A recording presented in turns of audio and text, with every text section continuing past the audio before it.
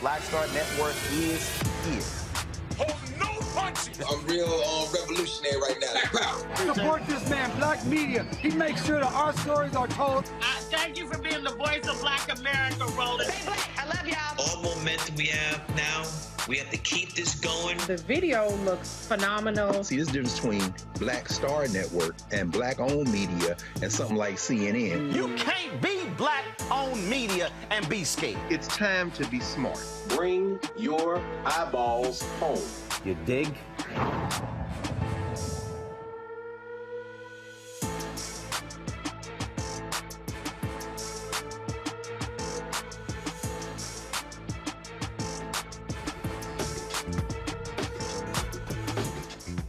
It is May 3rd, 2023. I'm attorney Robert Patillo sitting in for Roland Martin for the first hour. Roland's flight is delayed. He should be here for the second hour, but we're going to ride on through. You're watching Roland Martin Unfiltered, streaming live on the Black Star Network. Here's what's coming up today. After a string of mass shootings have rocked the nation, everywhere from Nashville to Atlanta to Texas, all across the country, we are dealing with one of the deadliest years for mass shootings. Over 180 mass shootings so far this year alone, as Republicans pass new laws to make it easier for anybody to have a gun, to anybody to conceal carry around the country. We're going to have a discussion on what exactly can be done to protect communities, particularly communities of color, from gun violence with the president of the National African American Gun Association, Phil Smith. Also, Tucker Carlson is back in the news.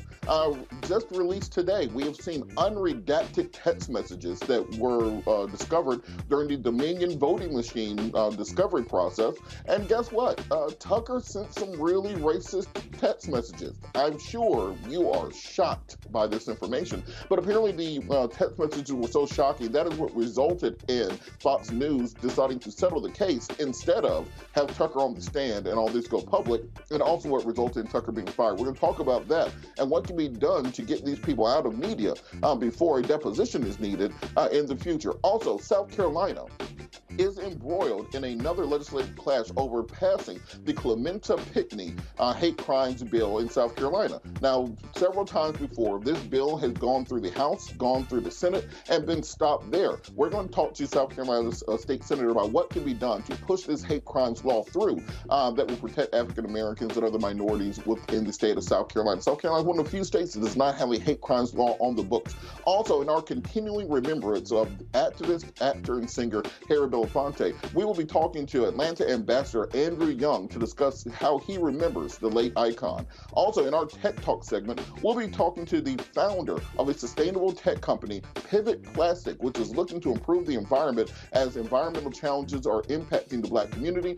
They've been talking about sustainability and the fact that African American communities are far too often located in these areas of environmental racism and what we can do to clean up our communities. It is time to bring the funk. You're watching Roland Martin Unfiltered, streaming live on the Black Star Network. He's got it. Whatever the biz, he's on it. Whatever it is, he's got the scoop, the fact, the find. And when it breaks, he's right on time and it's rolling. Best believe he's knowing. Putting it down from sports to news to politics. With entertainment just for kicks, he's rolling. It's on go, roll, roll, y'all. It's Roland Martin, yeah. Rolling with Roland now. He's funk, he's fresh, he's real, the best, you know he's Roland Martin now.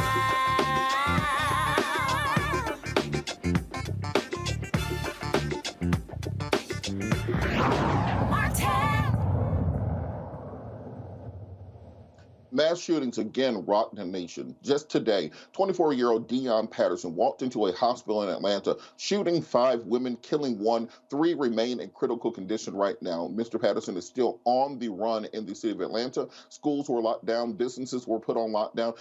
Authorities are asking that if you have any information with regards to the whereabouts of Mr. Patterson and or any information that can be turned over to police, please contact law enforcement immediately. This man is still considered armed and dangerous and on the loose in Atlanta currently. This comes on the heels of Texas, where a 3-time deported Mexican national fatally shot and killed 5 people, including an 8-year-old boy. Just days earlier, he had been asked to stop firing his rifle outside of his home near a neighbor's yard, and now he is still remaining on the loose. A Florida man who was previously convicted of domestic violence, shot and killed his girlfriend and 3 children this week as part of a mass shooting spree. And as we said, these are 18 mass shootings in the last 7 days in the United States of America, over 180 thus far this year. And we are May 3rd. of this year. This does not happen in other industrialized countries. This does not happen in other parts of the world to the extent that it happens here. Politicians, activists, and community members are all calling for immediate action to prevent further gun violence and mass shootings. President Biden has urged Congress to pass comprehensive gun reform legislation, including universal background checks and a ban on assault weapons. Meanwhile, advocates and gun rights groups argue that stricter gun laws nearly infringe on their constitutional rights and do very little to actually stop mass shootings. This debate continues. The victims and families are affected by these shootings and left to mourn and wonder what could happen. And we're simply continue to be pushed these narratives of thoughts and prayers from our political officials. Joining us now to discuss this is the president and founder of the National African American Gun Association, Mr. Phil Smith. Phil, how are you doing this evening? Doing good tonight. Glad to be here. Thank you so much for joining us. You know, I've been a NAGA member since the beginning. You started coming on my show on WAOK basically as soon as the organization was founded. Why is it so important that we educate the Black community about the importance and necessity in this current environment of gun ownership and personal protection?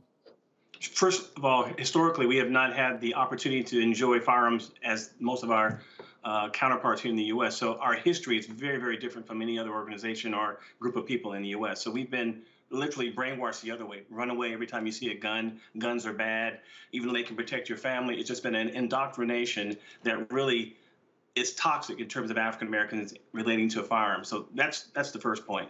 Secondly, we need to understand that it's our right as Americans, particularly Black Americans, where we have fought for this country and are the most patriotic of any other race in this country. We have fought and died for our people to have that right to own a gun. The Second Amendment is written into the Constitution for a reason, because it allows us to grab a gun and protect our families if someone breaks in the home late at night or during the day or whenever. It's something that should not, I believe, and very obviously I'm very biased, but should not be infringed on in any way, shape, or form. You know, particularly for the Black community, and in this case, particularly this shooting today in Atlanta, for Black women, can you talk about the importance of gun safety and education for African American women who are increasingly the targets of domestic violence, the targets of shootings and robberies, etc.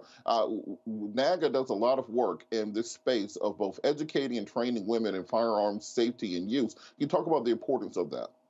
Sure. Black women are the backbone of our organization. They are 40% of our membership. At one point, they were literally 60% of our membership. So Black women have a very, very important part of our organization, the National African American Gun Association. It's critically important, if you are a potential gun owner, to know how to handle that gun, to know how to shoot the gun, to know how to have muscle memory built up over practice and practice with the gun. And oh, by the way, you need to have a certified instructor to teach you how to handle that gun. Just don't go out and think you've bought a gun and you're all of a sudden, you know, James Bond. You're not. You need to understand the intimacies, the rules, the regulations, the fundamentals of that firearm. In our community, that is a needed skill set that we try to place to all of our folks that come through the door. And we do that by constant education, constant training, and more education and more training. And we do it over and over and over. And we never have enough of that particular process for our people as they come through the door. And we're slowly getting some traction on a national level where our folks are starting to understand and, more importantly, get the skill set to protect themselves. And I think that's a great thing for our community. Absolutely. And talk a little bit about every time we see these mass shootings, there's always a call for gun reform. There's a call for assault weapons bans or stricter gun requirements. You know, we've seen cities like Chicago, New York, Baltimore have very strict laws that were struck down by the courts. Is there any legislation that would help bring an end to these mass shootings? I'm going to say this, and I want everybody to really listen to me as best you can. I'm very biased, but I'm going to try to say this without being too over the top. You can throw every gun law you can think in your head at the wall, and tomorrow there's still going to be a shooting. The key is that we need to step back and look at the root cause. Why are people shooting other people now in such high amounts, or supposedly high amounts? I think mental health is the key, and that's where the conversation, I think, can start and should start. Because you look at a lot of these shootings, they're mental health related. Somebody used to be in the service, they're coming back home with PTSD, or they have issues with themselves and those folks around them. You might have other folks that are angry at the world racist.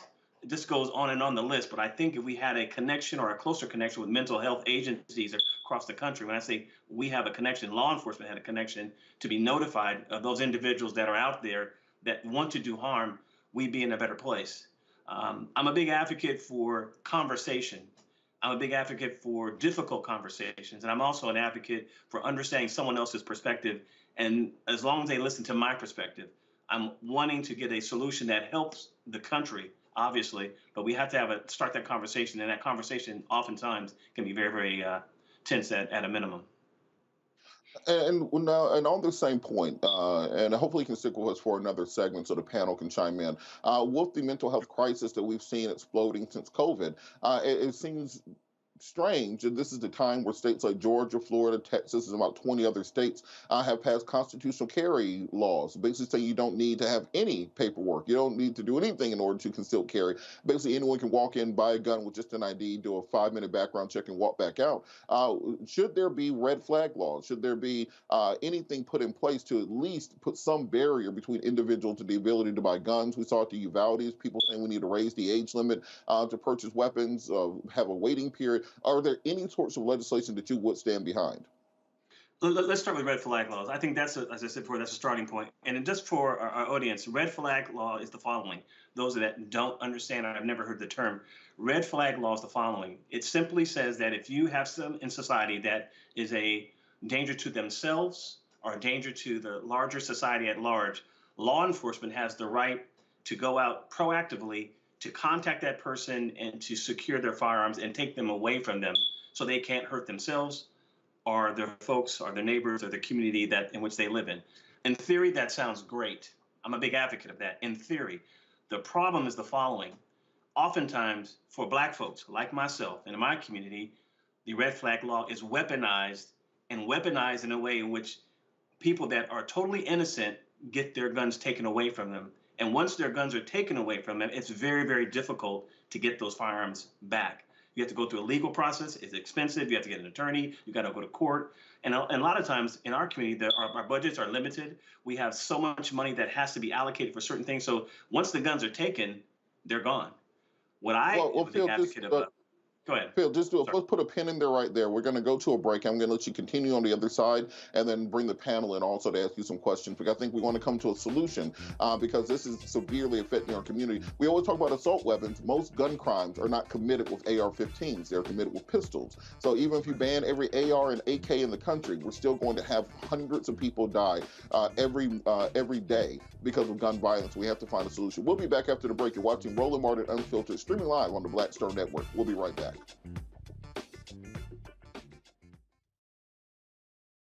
When you talk about blackness and what happens in Black culture, we're about covering these things that matter to us, speaking to our issues and concerns. This is a genuine people-powered movement. There's a lot of stuff that we're not getting. You get it, and you spread the word. We wish to plead our own cause.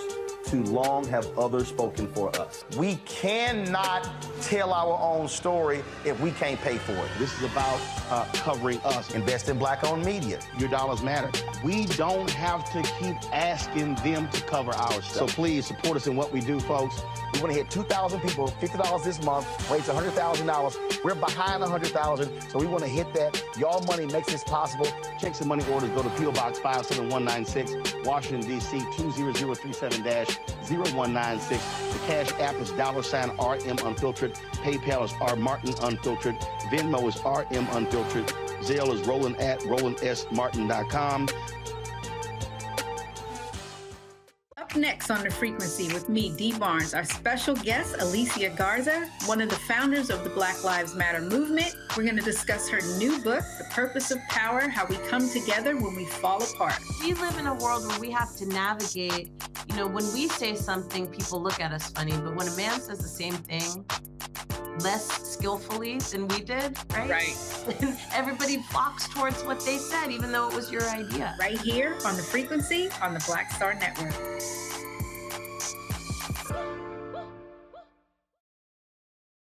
Black TV does matter, dang it. Hey, what's up, y'all? It's your boy, Jacob Lattimore, and you're now watching Roland Martin right now.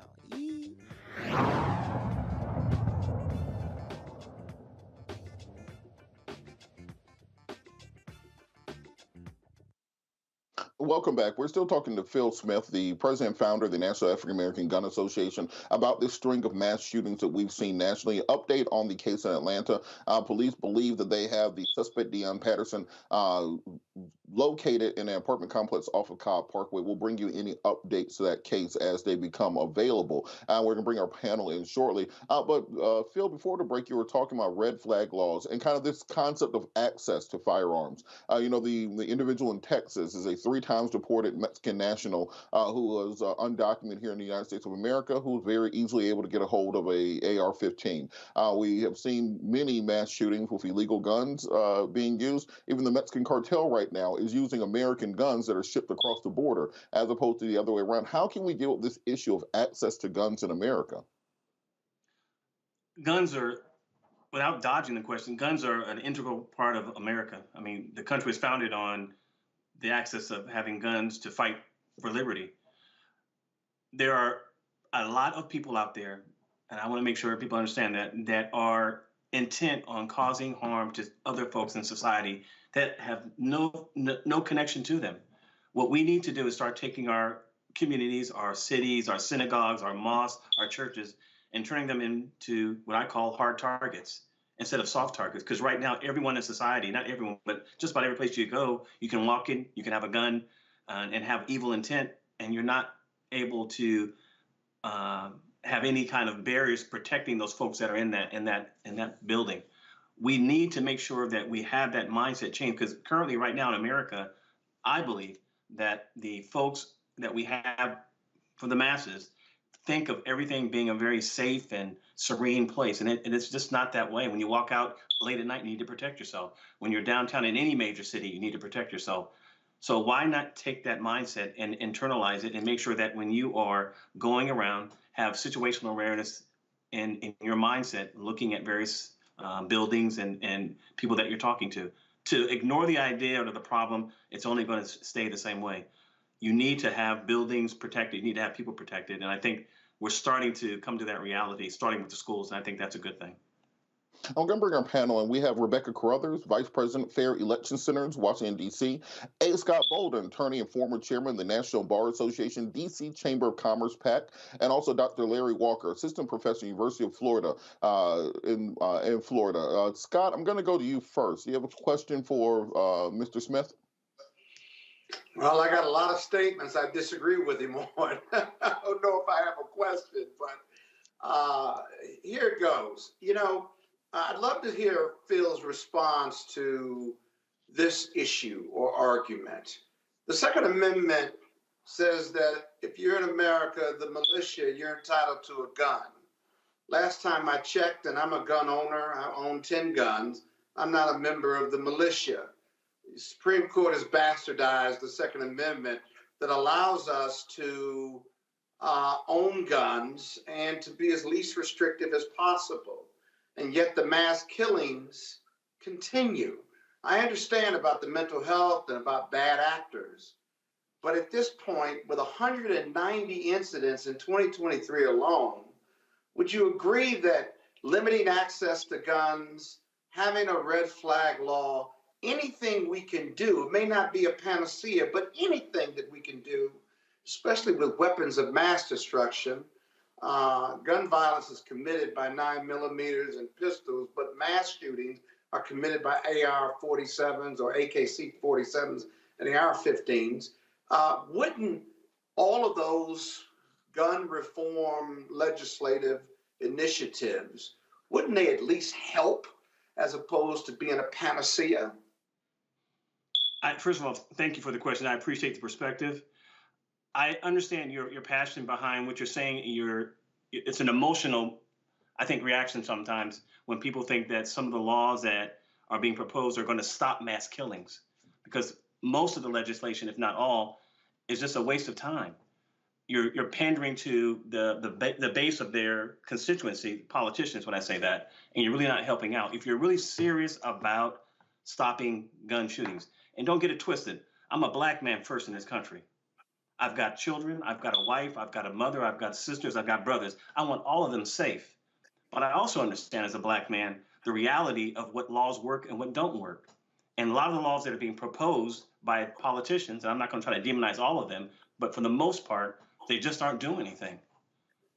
They just aren't. Okay, so then, okay, let me, if I may, if that's the case and you disagree with my proposition or suppositions, then tell me what you would do to end this gun violence then. If it's not through gun reform, then tell me what would work in your opinion, without telling me more guns and protecting our soft targets, because that connotes more violence. So what would you, top 3 things would you propose to end gun violence and mass killings in America? First thing I would do is loosen up the HIPAA laws that they have right now, where you cannot access someone's mental health records. So law enforcement can literally go on and look at that person's profile after being prompted by a psychiatrist or psychologist, for one. That's the first thing I would do. Secondly, and I know you don't probably want to hear this, but I would definitely re-educate those folks, or allow those folks that want to purchase a gun to get a gun to protect themselves. The worst thing you can do in a scenario where someone's trying to kill you, to me, is to be unable to protect yourselves or your family or your loved ones or your property. And as Americans, we're unfortunately, we're stuck on this concept that if I get a gun, a lot of us, something bad's going to happen by me purchasing that gun, and that's just not true. To me, just the opposite happens. You have now engaged with the gun. You know how to use the gun. You're taking lessons, and you can protect yourself and your family. And that's just how I see it. And I know it's very different from your perspective, but I think that's the way. All right, let's move on to Rebecca. I want to get everyone in on the panel. Rebecca, do you have a comment or a statement for Mr. Smith?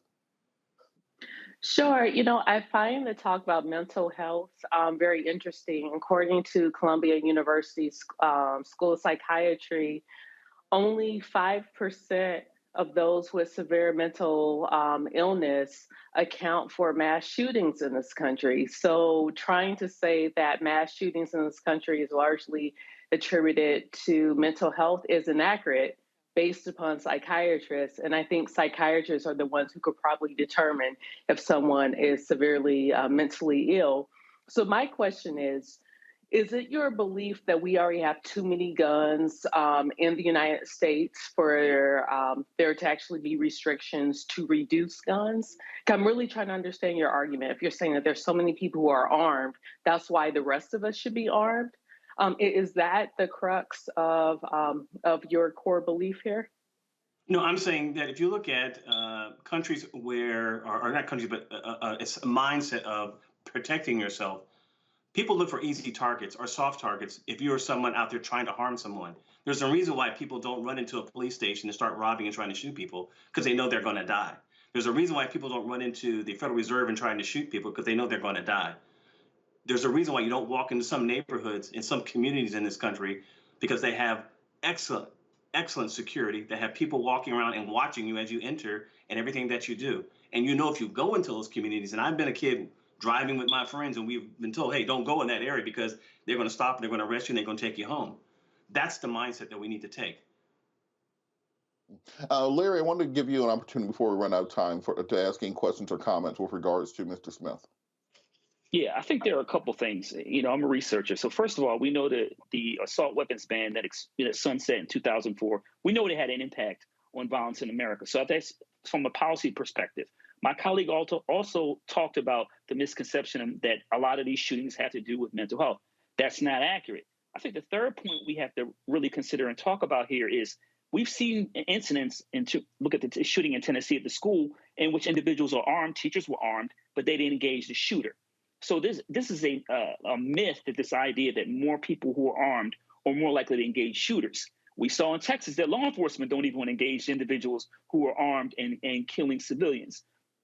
So this idea that with more guns will lead to some kind of countering some of the violence in America is not true. Per capita, the United States leads all nations in terms of guns that are available. And like I said, comparison to other countries in the world. So what we have a gun, and we have a violence, and we have a culture problem. So I think those are some of the issues we have to talk about. We talk about sexism, racism, among other issues, and also economic challenges, among others, when it comes to gun violence. Phil, do you have a response? Yeah, I agree with what he said on that last point in terms of the economic issues. And I'll say this: if you have economic solutions for those folks that are in a bad way, if you take away the lifetime ban of a felony on someone who committed a crime at the age 20, you allow them to get re-engaged in society. you're not putting them off in a corner where the pressures of not being able to generate any money for their family or themselves and their loved ones overcomes them. We have to start thinking intuitively, long term, what's the best thing for society? And that is when you have jobs for folks that are allowed to engage in society, violence goes down dramatically. Let's make sure we allow those folks that are in those places to have jobs.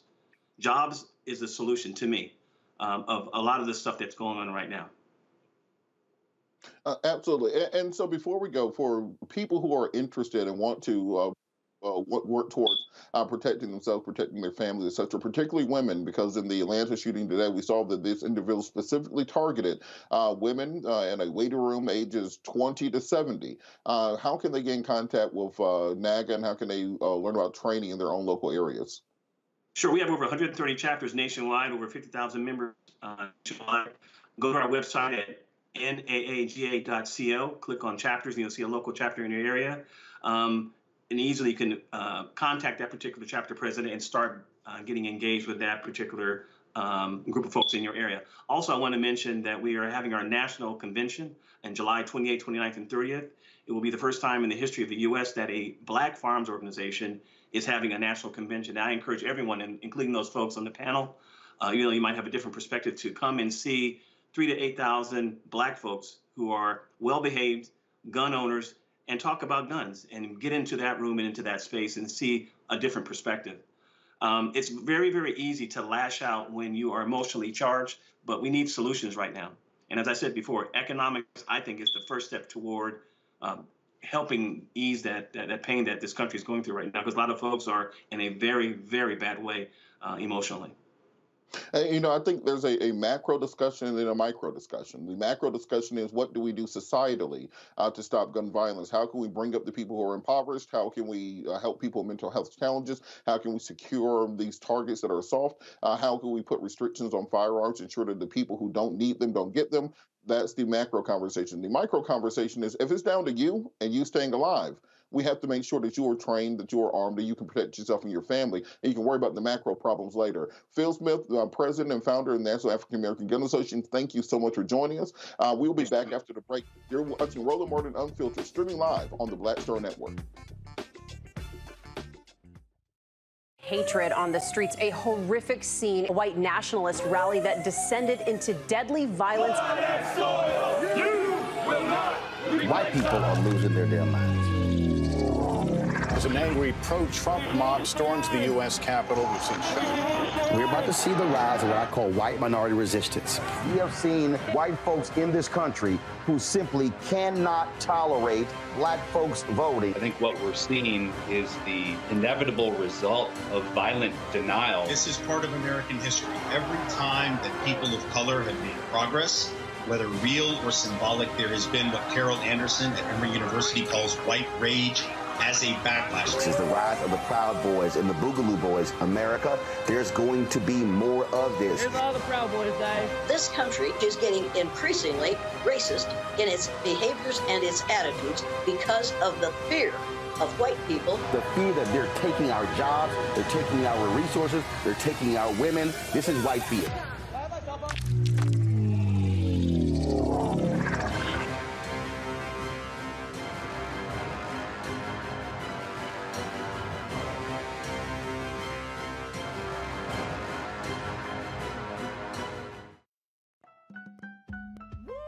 We're all impacted by the culture, whether we know it or not. From politics to music and entertainment, it's a huge part of our lives, and we're going to talk about it every day right here on The Culture with me, Farai, on the Black Star Network.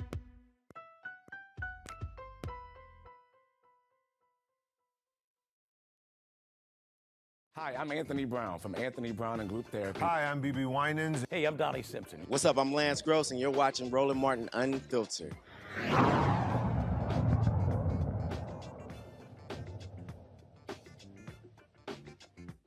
More news on former Fox News host Tucker Carlson. Tucker Carlson, we found out today, made some very disturbing comments through text messages about the January 6th insurrection. According to the text messages released by the New York Times, Carlson texted a producer saying he found himself rooting for a mob of Trump supporters to kill an Antifa protester. I'm going to read the text message here. A couple of weeks ago, I was watching video of people fighting on the streets in Washington. A group of Trump guys surrounded an Antifa kid and started pounding the living S out of him. It was 3 against 1, at least. Jumping a guy like that is dishonorable, obviously. It's not how white men fight. I'm going to say that again. It's not how white men fight. Yet suddenly I found myself rooting for the mob against the man, hoping they'd hit him harder, kill him. I really wanted them to hurt the kid. I could taste it. Then somewhere deep in my brain, an alarm went off. This isn't good for me. I'm becoming something I don't want to be. The Antifa creep is a human being. Much as I despise what he says and does, much as I'm sure I'd hate him personally if I knew him, I shouldn't gloat over his suffering. I should be bothered by it. I should remember that somewhere somebody probably loves this kid and would be crushed if he was killed. If I don't care about those things, if I reduce people to their politics, how am I any better than that kid? This is Tucker Carlson being remorseful and having a rare point of self-introspection. And I've described the MAGA movement often as the MAGA mind virus. This is the mind virus at work, being spelled out in this text messages, how you can go from a normal human being to someone who is part of this cult that wants to overthrow the government, that will give your life, your liberty, your future in service to the MAGA mob. We've seen this over and over again. People like Kanye West at one point in time was a normal human being. He was infected with the MAGA mind virus and lost nearly everything. The message was sent hours after the insurrection at the Capitol and was redacted in court filings. The text message alarmed Fox News board of directors and played a role in Carlson's abrupt firing last month. The decision to fire Carlson was made by Fox Corporation Chief Executive Lachlan Murdoch and Fox News Chief Executive Susan Scott, just 1 week after the network agreed to pay $787.5 million to Dominion Voting Systems over the network's dissemination of election lies. And if you wonder why they settled for nearly $800 million, imagine Tucker Carlson on the stand having to answer to that text message live and live on the evening news. That's why they tried to settle. That's why they tried to keep this out of the media. Let's bring the panel in. Rebecca, what does this text message tell you about, one, the nature of our news media, and two, what exactly it takes to get fired as a white man in this country? I mean, you see my face, right? Like, that text is pretty tame in comparison to the things that Tucker Carlson has said live on air. I mean, if anything, it shows that he had a bloodlust for someone getting beat up on the street by a group of people. And then to even say, oh, it's dishonorable. That's not how white men fight.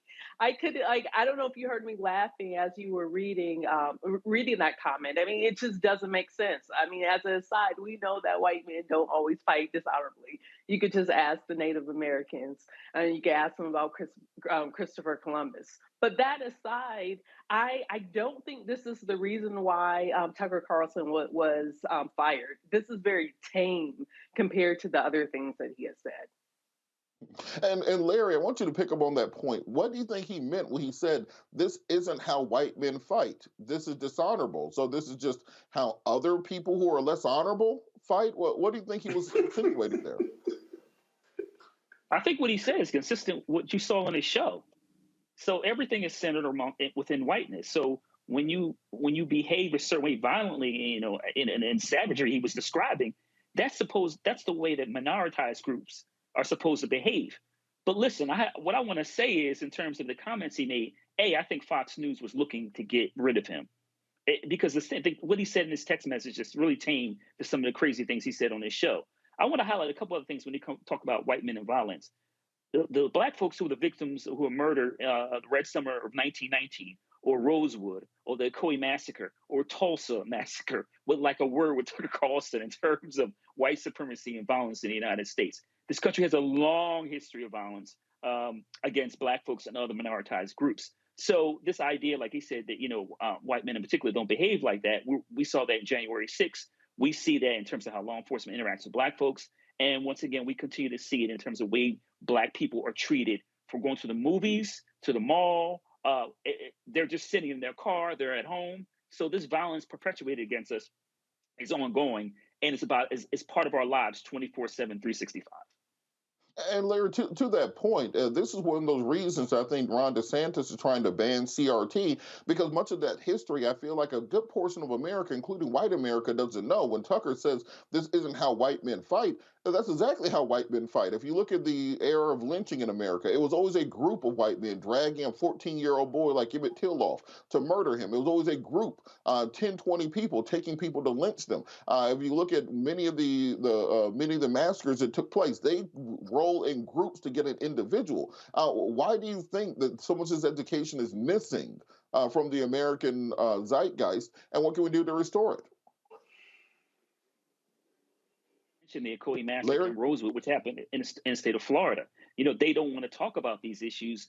And like I said, this is historical. I mean, we could talk about contemporary violence, but these are historical issues that happen. And once again, Black folks were the victims of these horrific, crimes. So they don't want to talk about it because this country has always struggled to reflect on its own evils, whether it's internment camps in terms of the Japanese internment camps, or the Trail of Tears, or Jim Crow when it comes to dealing with, in terms of how Black people were treated. So we have a long history of these issues, but we also have a long history of ignoring it through erasure. And Scott, both of us make our rounds on cable news. And when I saw this, that this somehow was the vitiating factor to result in the termination of Tucker Carlson, I chuckled a little bit, because we all know that if the producer had this, they probably had hundreds of other text messages like this, and they could have turned it over to Fox executives at any time if they actually had a problem. It was the lawsuit and the money that they were afraid of, not Tucker being a racist. Yeah, you and I have done Tucker Carlson. They have live tapes of him. They don't need private text messages from him. That's the first thing. But the lawsuit was settled for a lot of reasons, not just Tucker Carlson. They probably had a lot of texts, and they had a lot of anchors, and their testimony, including the owner's testimony, wasn't going to be good. That was like winning a trial without even having to spend the money trying the case. But here's the thing about his text. Pull his text back up. He didn't apologize for feeling that way. He lamented that he felt that way. He knew it was wrong, but he never corrected himself or apologized or did anything to take back the first half of his text, right? So he wants to kill the Antifa guy or Tifa individual, regardless of whether white men fight that way or not. White people taught Black people violence. Let's not forget that. You want us to do better, you do better. But he did not apologize for it or retract it. He lamented that he felt that way. But that didn't do anything to take away the fact that he felt that way. At the end of his text, he felt that way. At the beginning of his text, he felt that way. And right now, as we debate and talk about this issue, he feels that way. Don't get lost in what he lamented at the second half of his text, because the second half had nothing to do with the first half, which was really how he felt. And he felt comfortable manifesting those feelings in writing the text to a producer at Fox. Think about that. And Scott, on that point, how can we as the community help to push changes at Fox? Because regardless of what you feel about them, they have by far the largest news audience of any cable news outlet. The ratings came out, I think, today, showing that Fox's primetime ratings are higher than CNN and MSNBC combined. And now Lawrence Jones, a Black man, is going to be sitting in for Tucker, kind of guest hosting to see if he can get the full-time spot. But we should have some kind of voice in being able to stop this type of racist messaging being pumped into the minds of people around this country. When I talk about that MAGA mind virus, that is how it is spread. How can we stop the spread of this mind virus? Because we see many of these white supremacist mass shootings, as we talked about in the last segment, these people are often very loyal Fox News viewers. Well, yeah, but it begins even before Fox. Why do we have generational racism, perpetual racism? It's because people that don't look like us are teaching their children, their new children, every generation to hate Black people based on the color of their skin, to commit violence, right? Now, Fox has a really unique business strategy. They know they're not going to appeal to people that are intelligent or who are balanced or who are non-racist or don't have these far-right views.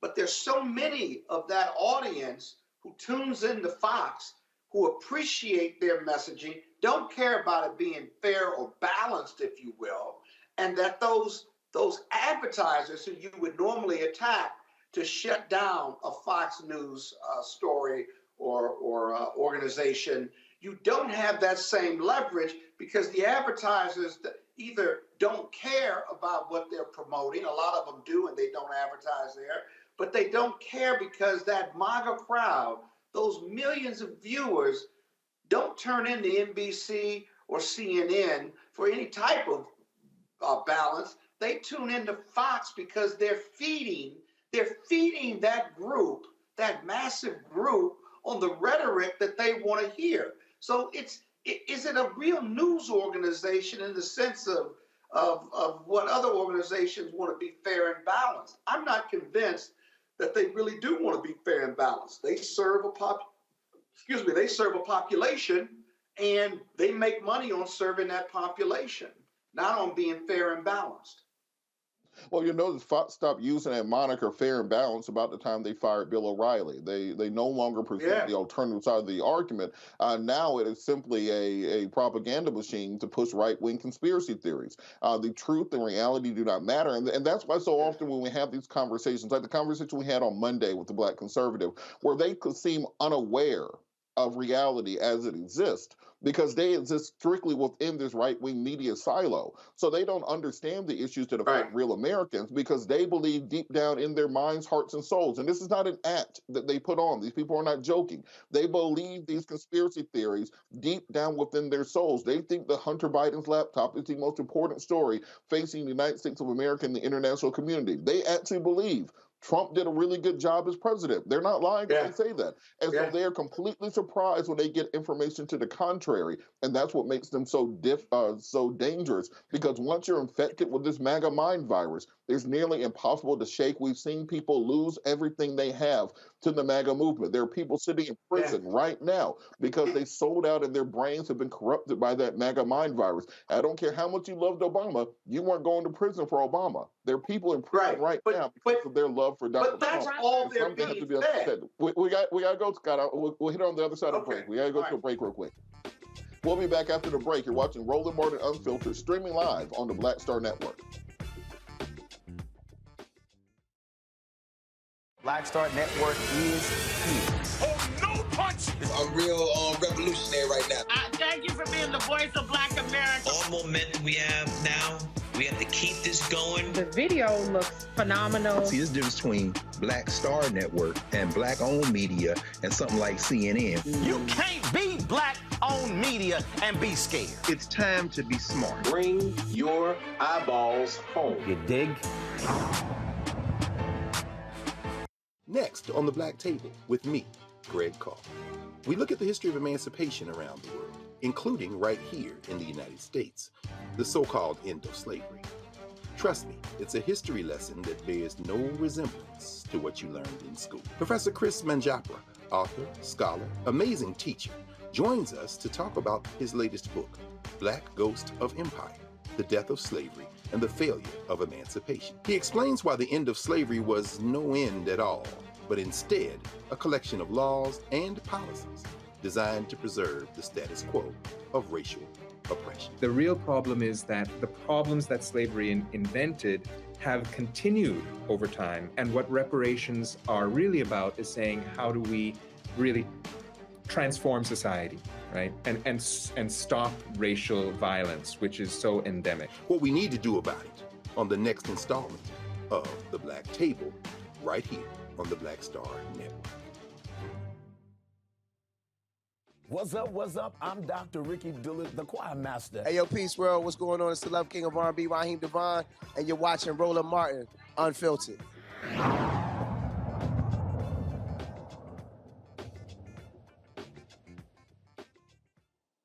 South Carolina, the Palmetto State, they argue that they should be the Peach State as opposed to Georgia. Don't believe that. South Carolina also where the Civil War started, where Tim Scott, senator, launched his presidential campaign right there at Fort Sumter. But South Carolina is also one of only 2 states in the nation without a hate crimes law on the books. Lawmakers have tried to get the Clementa C. Pinckney Hate Crimes Act passed for the last 3 years. Pinckney was one of the 9 worshipers murdered at the historic Mother Emanuel AME Church in Charleston by white supremacists in June 2015. Frustrations are overflowing at this point for obvious reasons. Even in a state like my home state of Georgia, after the murder of Ahmaud Arbery, we were able to push through a bill that got rid of the Civil War era citizens arrest law that was the basis of the detention of Mr. Arbery. We've been able to push through new laws that help to prevent hate crimes against African Americans. But South Carolina is a tough nut to crack. Joining me now to discuss this is South Carolina State Senator Kevin L. Johnson. Senator Johnson, how are you doing this evening? Doing fine. It's good to see you. Good to be with you. Thank you so much for joining us. So talk a little bit about this legislative process. You know, it seems like you've got him through the House, through the Senate. What's stopping this from going into law? Well, the bill passed the House, which just flabbergasted me because the House is known to be more conservative than our South Carolina Senate. But the bill did pass the House, and so I try to tell people that 48 states have passed hate crime legislation in the South Carolina House, but the Senate refused to even take the bill up, and that's very disappointing.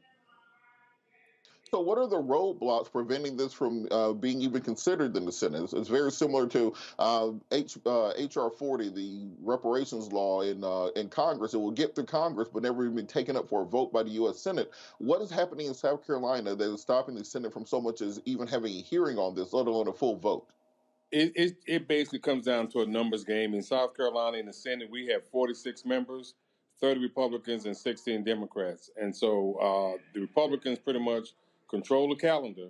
And so although the bill has been filed, and I'm a co-sponsor of the bill, if they don't agree to take it up, assign it to a subcommittee, and let us debate the bill, discuss it, and vote on it, we can't get to it. And all we ask them is just do that. Just let us debate the bill and let us vote. And I think the biggest fear from the leadership is that if it ever comes to a vote, the votes are there to pass hate crime legislation in South Carolina. And with that, you know, it's one of those insane things about the legislative process that we also face in other states, because South Carolina is nearly 40% African American based on the last census data. How exactly is it that we only have 16 senators in a state that's almost 2/4 black? That is a good point. And let me say this before I answer that question. In the South Carolina House, there are 124 members, 88 Republican and 36 Democrat. And we have to go back and just reemphasize to South Carolina citizens the importance of voting. And we just have too many people that are not going to the polls to vote. And we have some that actually go to the poll and vote against their own interests. Hence, we have the numbers that we have. And we're the minority party in a state where the majority party pretty much controls the calendar. And so in the House, they have a supermajority, and in the South Carolina Senate, we're one member shy of them having a supermajority in the Senate. But people have to understand the big picture and understand that voting is important and it does matter and it makes a difference. Can you talk a little bit about the importance of these state level and state and local races? Because on the Democratic side of the aisle, pretty much since 2008, when Obama was running, there's been a big focus on the national party, making sure you can win those national elections, making sure you can elect progressive senators and progressive governors and progressive presidents. But because of that, we saw over 1,000 seats switch from Democrat to Republican during that decade of Obama. It's kind of that period of time. What can be done to rebuild these state level parties so we can actually have houses, state houses that reflect the demographics of their citizens? Well, we have to, again, re-emphasize to the voters in South Carolina. There's this mentality that presidential elections are important. What they call off-year elections, which in my opinion, there's no such thing as an off-year election. They don't understand that those are important also. As a matter of fact, we have to make sure people understand once again that every election is important. And so we have too many people that either don't vote or they vote against their own interests, but those are the ones who complain most of the time. And then when they complain to people like me who are up here fighting and voting for what's in their best interest. And they're giving the people who win these elections and who vote against what they would like them to vote for a free ride. So we've got to go back and re-educate our voters. They've just lost focus, and they just can't see the big picture, that all of these elections are important. And what's even more frustrating, that in South Carolina, for the first time ever, we now have a bill that we fought for and finally got it passed, where you can vote 2 weeks early for any reason. We had absentee voting, but you had to have a specific reason to vote absentee. But now we have early voting. You can vote early 2 weeks prior to the election. And just like in 2022, in a lot of places across South Carolina, the people didn't take advantage of that convenience that we put in law for them.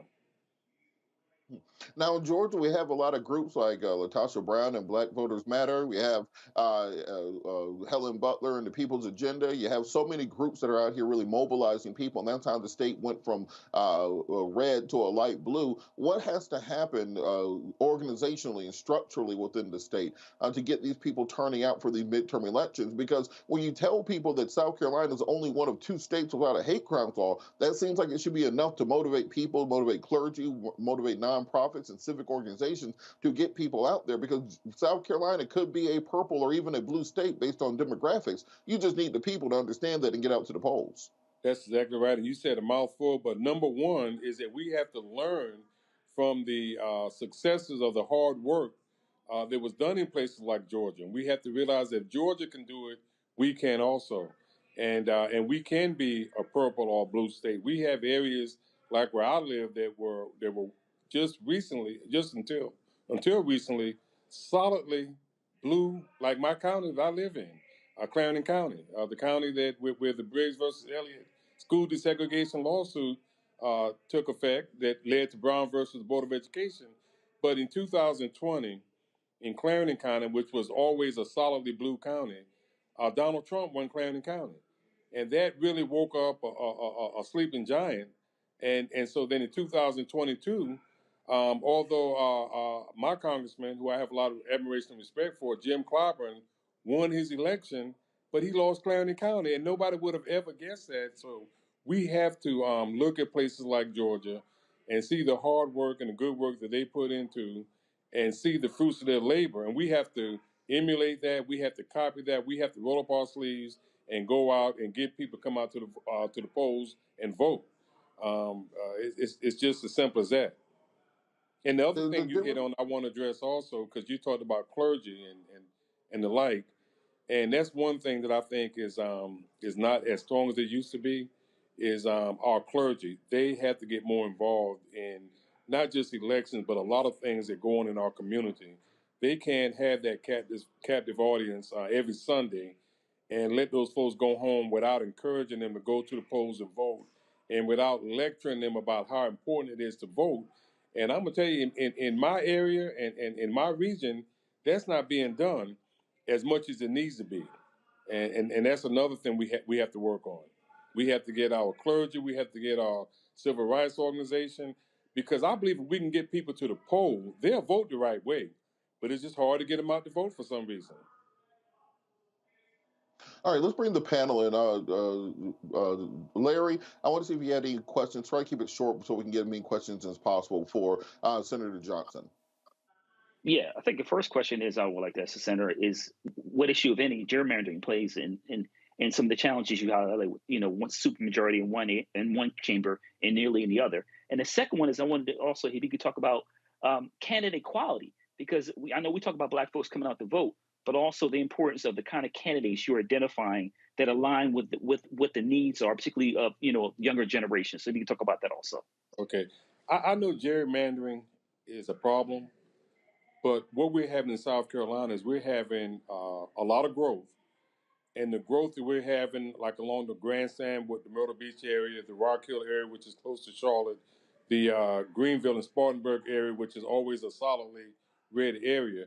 That's where all our growth is coming. The areas that we have that are predominantly African-American or Democrat, we're losing population. So it's not so much as gerrymandering as it is the people who are moving in and those that are moving out.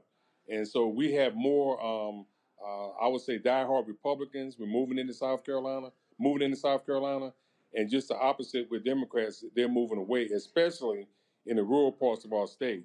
And so that's one of the problems. And then the other problem is, like you said, quality candidates. We have great candidates, but as good a candidate as you may be, if the people don't go out and vote, and I'll give you a prime example. My daughter ran for the South Carolina House in 2020, and she won. And she came up to Columbia, and she was an immediate star. I mean, everybody adored her, her abilities, her experiences, everything about it. She had more experience probably than the person with the most time up here. And, you know, master's degree. She's been on the school board. She's been just everything in our community, Habitat for Humanity, Relay for Life, been involved in everything, healthcare, business. And she had a candidate that ran against her that was new to Clarendon County, didn't have very much education, never did anything in Clarendon County to help anybody. And she won because, to me, mostly because the people who should have come out to vote didn't vote. And then we had some that, I use a term that President Obama used, they fell for the okie doke and they just, you know, supported the other side. So in our issue, to me, it's more than the quality of the candidate, it's the mentality of the voter. And we've got to work on that, and we will work on that. And I expect that that in the election of 2024, the results will be better, not just because it's a presidential election, but because we're going to make sure that the voters, as much as we can, are much more educated. Now, they should already be, but apparently they're not. So we have our work cut out for us, and we've already begun to try to make those points and make those changes. All right, and before we run out of time, can you talk a little about what is in this bill and why it's so important to get it passed? Great. Yeah, well, like it was mentioned already, 48 states have hate crime legislation. South Carolina and Wyoming are the only two that don't. The bill is very similar to, I think, what you have in Georgia, where if a person commits a crime and he's found guilty, and then it's proven or a jury finds that that particular crime was committed as a result of hate, then the punishment is more severe. They get additional time added to their sentence because the crime they committed was hate based on race, gender, people's sex or whatever, and just basically hate crimes. And so all the bill does is, okay, you committed this crime and we find that you did it because of hate. We're going to give you, similar to the Ahmaud Arbery case in Georgia, same thing our bill does. You know, you found guilty, then if the accusation is that it was motivated by hate and the jury agrees with that, then the sentence is enhanced. There's absolutely nothing in the world wrong with that. The punishment ought to fit the crime. Well, Senator Johnson, thank you so much for keeping us updated on this. And I think with the primary being there in 2024, hopefully we'll be able to flip the legislature there also. Just going to take some groundwork. Thank you so much for everything you're doing Thank you so much for having South Carolina. Thank you. We'll be back after the break. You're watching Roland Martin Unfiltered, streaming live on the Black Star Network. On the next Get Wealthy with me, Deborah Owens, America's Wealth Coach, nurses are the backbone of the healthcare industry, and yet only 7% of them are Black. What's the reason for that low number? Well, a lack of opportunities and growth in their profession. Joining us on the next Get Wealthy is Needy Bartonelli. She's going to be sharing exactly what nurses need to do and what approach they need to take ownership of their success. So the Black Nurse Collaborative really spawned from a place and a desire to create opportunities to uplift each other, those of us in the profession, to also look and reach back and create pipelines and opportunities for other nurses like us. That's right here on Get Wealthy, only on Black Star Network. On a next, A Balanced Life with me, Dr. Jackie. What does it mean to actually have balance in your life? Why is it important and how do you get there? A masterclass on the art of balance. It could change your life. Find the harmony of your life. And so what beat can you maintain at a good pace? What cadence can keep you running that marathon? Because we know we're going to have high levels, we're going to have low levels, but where can you find that flow, that harmonious pace. That's all next on A Balanced Life on Black Star Network. This is Judge Mathis. What's going on, everybody? It's your boy, Mac Wild. Hey, what's up, y'all? It's your boy, Jacob Lattimore, and you're now watching Roland Martin right now.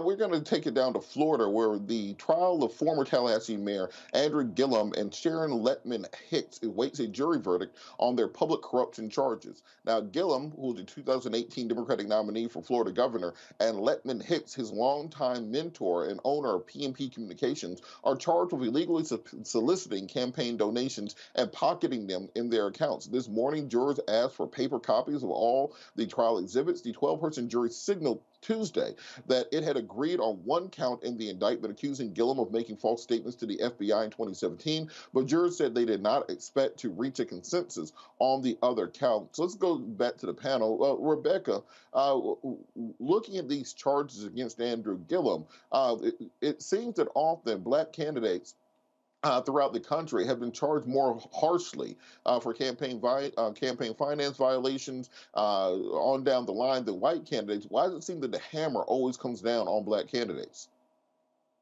Well, it's really interesting about the Gillum case is that for years there were multiple rounds of undercover sting operations targeting Gillum when he was mayor of Tallahassee. And so, there's been a lot of investigation around Gillum. And quite frankly, my personal opinion is that they wanted to make sure that he couldn't rerun for Florida. To rerun for governor there. Had he been governor in Florida, it probably would have looked different in 2020 as far as who actually won in the presidential in Florida. Just like in 2024, it's going to be very important who the governor is in Florida, because that's going to definitely impact the presidential nominations during the primary and then ultimately in the general election. But to the question you specifically asked me, yes. If you actually read through the different counts and the allegations against Gillum, there are white politicians who have done very similar things and they never got in trouble. So, it does seem clear to me that there has been a target for, at least a decade on Gillum's back. And it is interesting that the jury has been deliberating for 4 days. That lets us know that it is not as easy as the government is trying to make it seem, these allegations against Gillum. And Scott, on this same point, we seem to see every year or so that some Black politician around the country is caught up in one of these campaign finance violation schemes, false or incorrect documentation schemes. The former mayor of Baltimore and the Happy Holly school book thing. But we see Black politicians do way worse than this. Although Donald Trump does this in his sleep on a Tuesday afternoon and never faces indictment. Why are the punishments so much harsher for Black politicians? Well, discretion of any federal or state prosecutor is king. It is the difference between a criminal charge and not being charged at all, or even being sued civilly. It's up to their discretion. And Black elected officials in most jurisdictions just do not seem to get the same fair consideration, if you will. That they are overcharged, whether it's Gillum. And by the way, Gillum did not put on a defense, which means that the government's case, at least in the defense counsel's view, was not that strong, if you will. And they're struggling to get to a decision because Gillum turned down a bribe, not once, but I think a couple of times. And two, this very complicated paper trail between nonprofits and individuals and loans, and then how the money got into Gillum's control along with his chief of staff or his right-hand person, those facts get real complicated because if you've got a false statement or if you're engaged in fraud, if there are other possibilities of the basis for why you did it that are non-criminal, then that's a defense, especially if you can bring it out on cross on the prosecution's direct case. Gillum doesn't have to take the stand, nor does he have to put on a defense. And so they just don't get the benefit of the doubt Black elected officials, whether it's Marilyn Mosby, who's charged right now with lying to get her own money out of her 457B, or allegedly lying about buying property in Florida without knowing that she owed the government taxes.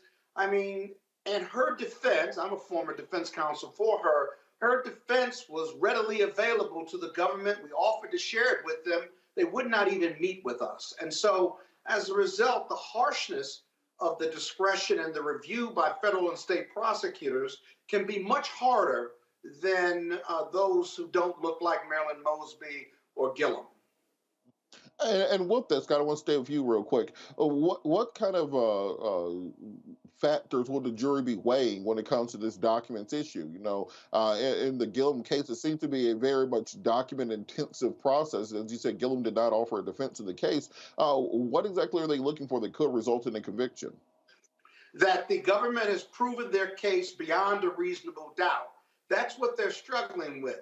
Is there a doubt that I can give a reason, I'm a juror, I can give a reason as to why I don't believe they proved their case, or that element of a case, right? The elements, all four elements of those charges within each charge, that have they proved each element beyond reasonable doubt. And juries struggle with that.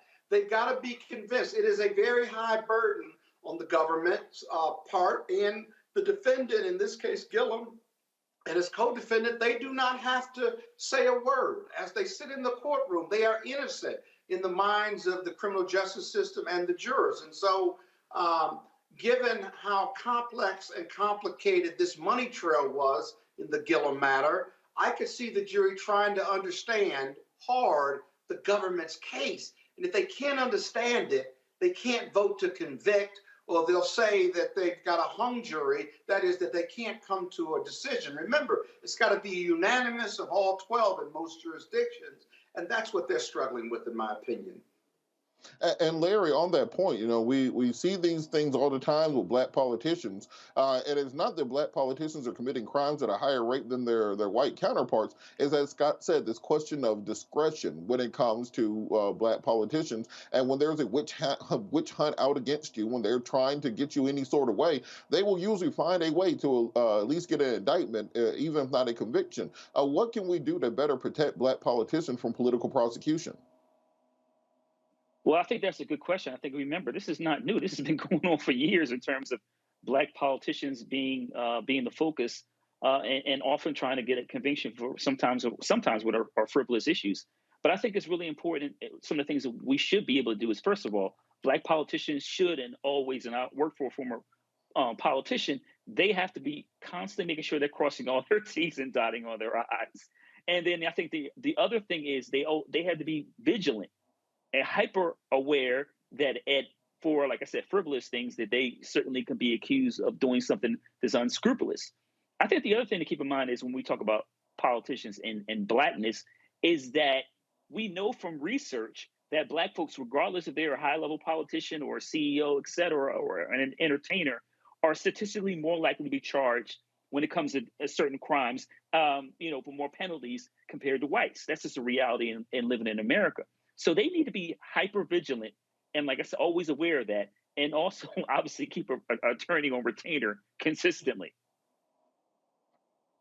I tell people all the time, do not try to play the white boy's game the way the white boy plays it. At the end of the day, they can always call their dad and they'll be okay. You don't have that luxury, so you have to be above and beyond on those things in general. Rebecca, going back, you did from a political consideration, if Gillum is indeed acquitted on these counts, do you think he has a political future in Florida? You know, the way he was intentionally taken down, even with the so-called sex scandal that occurred, it's really interesting. When that was leaked to the press in 2020, that was the Friday of, I think it was March 12th or March 13th, when the entire East Coast shut down due to COVID, right? Which started the pandemic nationally. And so we noticed that the story about Gillum, the pictures that were released, never really picked up in media until I think it was a conservative news blog with Candace Owens then teased the story out and kept teasing the story out. And it was meant to humiliate him. It was meant for him to just go hide and run and to never be heard from again. I will say there are people in Florida who are scared of the power that Gillum has. He's a very charismatic leader. He's been a very effective leader when he was on the city council in Tallahassee. He was a very effective mayor. So yes, there are people who are scared that Gillum could still be viable as a political candidate and ultimately win office again in Florida. He has a lot of value, he has a lot of sincerity, and he really connects to people in Florida, which is why he and DeSantis were neck and neck in 2018. I believe Gillum only lost by 33,000 votes, and some people will question, some of the perhaps outstanding ballots in 2018, and if Gillum actually indeed did lose based upon the number of ballots that were turned in. But I say all that to say is that Gillum is still a political threat to folks who deem themselves as his political enemies in Florida. Well, I'll just remind people that 33,000 votes, Gillum would have been governor instead of Ron DeSantis. We would not be talking about lawsuits against Disneyland and Mickey Mouse. We would not be talking about banning CRT. We would not be talking about banning drag hour reading time for students. We wouldn't be banning books. All those things happened because of the 30,000 votes in 2018. So when people ask you, do elections have consequences? Just think about it this way. In 2018, before Ron DeSantis came into office, Jackson County, Florida, was one of the top-rated school districts for reading and math scores in the state. Because of Ron DeSantis' attack on public education, that school district dropped by 24 percentage points in reading and math scores as a result of that. Elections have consequences, just as we talked about in South Carolina, and we have to start focusing on state and local races. Don't just vote for Senate. Don't just vote for president. We have to focus on state and local races in this country because it is crucial. And we've seen the way these political parties work to bring down Black men when they run for office, whether that be Justin Fairfax in Virginia, Andrew Gillum in Florida, Kwame Kilpatrick in Michigan, all around the country. There's a target on your back, and you have to ensure that you are working not just even to, but above board on all issues, because there are forces that want you out of power for a reason. We're going to keep this conversation going after the break. You're watching Roland Martin Unfiltered, streaming live on the Black Star Network. We'll be right back.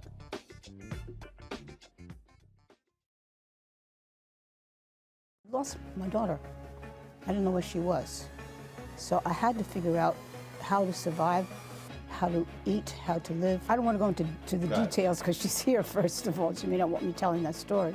But possession of her, the family broke down, fell apart. I was homeless.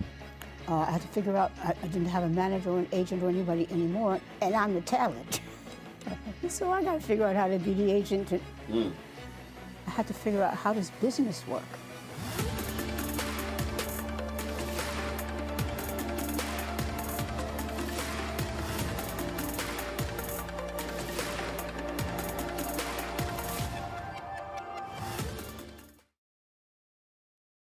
Hi, I'm Dr. Jackie Hood Martin, and I have a question for you. Ever feel as if your life is teetering and the weight and pressure of the world is consistently on your shoulders? Well, let me tell you, living a balanced life isn't easy. Join me each Tuesday on Black Star Network for A Balanced Life with Dr. Jackie. We'll laugh together, cry together, pull ourselves together, and cheer each other on. So join me for new shows each Tuesday on Black Star Network, A Balanced Life with Dr. Jackie.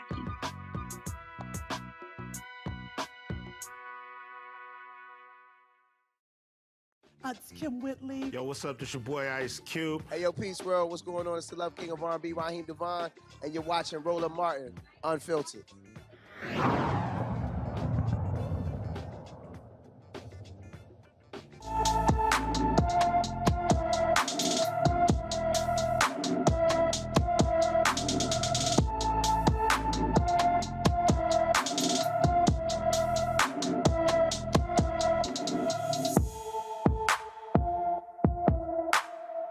Today in Black and Missing, we take you to Melbourne, Florida, where Joey Case Jr. Was last seen in Melbourne, Florida on April 18, 2023. The 17-year-old, who also goes by the name JoJo, is 5 foot 10 inches tall, weighs about 150 pounds, with black hair and brown eyes. Anyone with information about Joey Chase Jr. should call the Melbourne, Florida Police Department at 321-608-6731. We, of course, we're hoping for the safe return of Mr. Case Jr. back to his family, and hopefully we keep their family in our thoughts and prayers. We're going to hit some headlines. In Jackson, Florida, police officers connected to the death of a black man have been fired. 41-year-old Keith Muriel was killed on New Year's Eve following an incident with officers called to an extended stay motel for a non-emergency call. Avery Willis, James Land, and Casanova Reed were terminated for a policy violation. It's unclear if the violation directly related to Mr. Muriel's death, but this comes as the Mississippi Bureau of Investigation is wrapping up its investigation into the case. Kenya McCarthy was also fired in February connected to this case. The body cam footage has yet to be released despite claims in February that the video would be released once the investigation was completed. Muriel's family has filed a wrongful death lawsuit against the now former officers. The lawsuit claims the officers were used excessive force, deadly force, and failed to render medical aid to Muriel. I remind people, the George Floyd Justice and Policing Act is still sitting in Congress, and also the now Tyree Nichols duty to intervene amendment to that law is sitting in Congress. They could pass a budget, they could pass an infrastructure bill, they could pass a Inflation Reduction Act. We have to hold their feet to the fire when it comes to passing police reform. We want to talk about the tragic incident involving a black DoorDash driver who was shot and killed in Kansas City, Kansas, during a traffic stop on Wednesday night. According to a report, a Kansas City, Kansas police officer attempted to pull over 25-year-old DoorDash driver Amarion Henderson's vehicle for a traffic violation when a confrontation occurred, resulting in shots being fired. Henderson was shot and the officer was taken to the hospital where the victim died. The officer is reported to be in stable condition with minor injuries not caused by a gunshot. It is unclear if the man who was shot was armed at the time of the incident. The investigation into the incident is being handled in the Kansas City, Missouri Police Department, and the community calls for a thorough investigation into the circumstances surrounding the shooting. I want to bring the panel in on these two stories together. And Rebecca, I'm going to go to you first.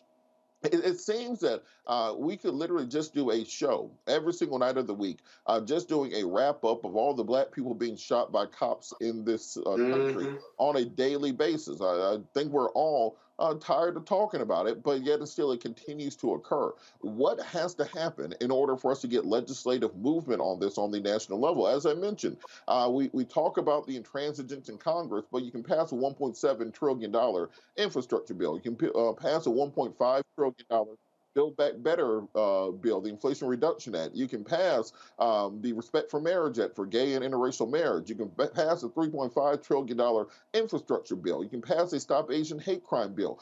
Things are getting done. So Congress is not so intransigent that nothing is getting done. How can we ensure that our agenda works its way to the front? You know, I gotta have a unique take on this tonight because you're right. Every single week when we're on here, and almost every single night when Roland Martin does this broadcast, we're always talking about Black folks who are being extrajudiciously killed by law enforcement in America. What would be really interesting if we started to see the NRA and other pro-gun rights organizations, similar to the Guns Rights Organization at the top of the program tonight, as well as gun manufacturers, actually speaking out against unarmed Black people being shot and killed by police. Because bottom line, these Black folks who are unarmed, who are getting killed, they're being killed by these guns. So it's not gonna, this issue isn't gonna be just solved by Black people speaking up, because folks get it. Black folks don't like this happening, but it's gonna take other folks from outside of our community. It's gonna take gun manufacturers to speak up. It's gonna take insurance companies who have to insure these police departments, who have to insure these police unions. It's gonna take them speaking up and saying, hey, we're going to drop these entities as clients because we can no longer afford to pay out when they're doing these killings that are outside of the law. So it's going to take more than just us. And Larry, just kind of piggybacking on that same point, President Obama put out his roadmap on 21st century policing nearly a decade ago. We've talked about body cameras ever since for a decade now. We've talked about more training, etc. What has to happen for us to finally put some teeth behind these things and say, look, we can sue these officers in their individual capacity for the crimes they commit. We can hold them responsible for their torts as with anybody else. And why is that seeming to be the most controversial thing in American politics today? First of all, I think we need to understand that this is all rooted in anti-blackness. That's first and foremost why we don't have comprehensive, police reform. We can also thank Tim Scott, who's now announced he's running for president, as you alluded to earlier, that why we didn't get a bill at the federal level. There is zero chance that if any kind of police reform comes out of the House the way it is constituted now. That's not happening. But I think that in terms of advocacy, we need to continue to put the pressure on policymakers at the federal and state level. You mentioned we have an election coming up here next year. So obviously the House, the Senate, and the White House are in play. And then you talked about federal, state elections or, local elections and the importance of that. So we have to continue to advocate and focus on registering people to vote, highlighting the impact that, violence when it comes to law enforcement and the Black community in particular, how not only in terms of those the lives are lost, but in terms of the mental health impact, right? So we talk about the racial fatigue in terms of members of the Black community. Obviously, when you talk about these shows today or in other parts, we feel that emotionally. So there's not only in terms of the families or the communities impacted, but in terms of members of the Black community who may live in other states and hear about these stories. So there's a cumulative effect. So once again, in terms of from an advocacy standpoint, we need to continue to register people to vote, talk about why these issues continue to happen in our Black community as it relates to anti-Blackness and white supremacy in the United States, and continue to put the pedal to the metal. And Scott, to that point, as we talked about with Senator Johnson, the Democratic primary starts in South Carolina in 2024. We always hear these stories. Well, Joe Manchin said, y'all Black folks have to keep getting shot. Kristen Sinema said, we can't do anything about y'all Black folks getting shot. We really wanted to stop y'all Black folks from getting shot, but what had happened was, oh, my bad, I done ran out of time. I'll be back next time. No, just vote one more time. In next election, I promise, we'll stop y'all Black folks from getting shot. Given that we have more power in that 2024 primary than we've ever had before in a Democratic primary, what do we need to be demanding when it comes to police reform so that we won't have to put it behind all the other things in the Democratic portfolio going forward? Voting is important, but I don't have any confidence in the Democratic Party valuing the Black vote, because if they valued the Black vote, they would have passed the George Floyd legislation. They would have passed the Voting Rights Act when they controlled all three houses, and they didn't do it. When it comes to police violence against Black people, let's accept this proposition. I'm not saying don't fight against it, but that white America does not care about how many times the police shoot Black women and Black men. They don't care, because if they cared, they'd stop doing it. I mean, it's 2023. We've had 400 years of racial violence against Black people. In the last 25, certainly, we've seen it. And yet, every day, police, Black or white, thin blue line, not Black versus white, it's just the police culture of killing Black people. And so America doesn't care. America doesn't care about the mass shootings of poor Black children or rich white children. They've shown you that. They value the Second Amendment far more than they want to stop the mass killing. Just had one in Atlanta. And so I think the first step is accepting the proposition of this imperfect country of ours called America, that we love the Second Amendment and we don't care how many people get killed due to access to guns, in part, that we will accept that as a fair exchange, which was certainly larceny.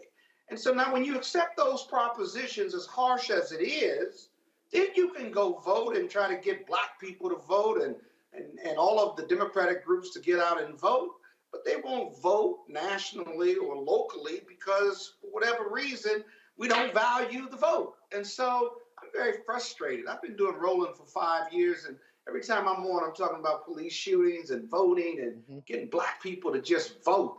And we've got to figure out another way to do it so that we are effective and efficient in solving these issues.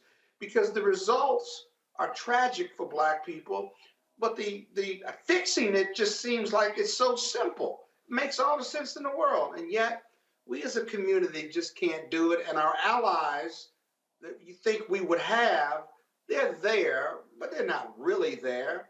And you don't have anywhere else to go vote. If you don't vote Democratic, you certainly not going to vote GOP, and you're not going to have a winning vote if you vote for an independent. And so Black people are between a rough spot and a rock. They really are. And the solutions are there. Implementation seems to be our biggest problem. Put our energy into implementing and getting folks to the polls, not just voter education, but voter participation. I guess that's the best first step. But I don't have any confidence in Black people or this country resolving the African-American problem. It's been a problem for America, as race has for 400 years, and I don't think we're any closer. Maybe we're better, but we're not closer to resolving it at all. Well, look, and for me, I think we need to have a Black Marjorie Taylor Greene. We need a Black Lauren Boebert. We need a Black Matt Gaetz. What do you mean by that now? And this is what I mean by that. We saw that Speaker of the House vote earlier this year that it only took about 10 of those MAGA Republican House members to twist the arm of Kevin McCarthy and get out every single concession that they thought. Kevin McCarthy gave them concessions they didn't even ask for in order to become the Speaker of the House of Representatives. We need someone to stand in the breach for Black people and say, look, this is the point. We will not do any other business in the Congress of the United States of America until we put these issues of Black men and women being killed by their own government front and center and number one. Because right now, we're dealing with a debt ceiling crisis. The reason Kevin McCarthy put out this MAGA budget is because of those 10 people in the House of Representatives. So there's no way you can tell me that 10 MAGA Republicans and Marjorie Taylor Greene have more power than the entire Congressional Black Caucus, the largest caucus in the Congress right now. And because Democrats know, just as you said, that we're between a rock and a hard place, that we're between this question of, do we allow fascism to take over the country, or do Black people turn out and vote? Well, we have to harness that power. The Democrats have to make the decision. Look, if you can pass a $1.7 trillion infrastructure bill, you can pass a $1.5 trillion Build Back Better, skinny bill, Inflation Reduction Act, whatever you want to call it. If you can pass a gay marriage and an interracial marriage bill, if you can pass a Stop Asian Hate Crime bill, if you can push through an executive order on the Dobbs Amendment, you pass a $3.5 trillion omnibus spending bill. Clearly, you can get something done. It's a question of priorities. Do you want to and do you care about Black voters? And until we make them care, until we Robert, we're going to see the same thing. Rebecca, but Biden doesn't because he hadn't made it a priority.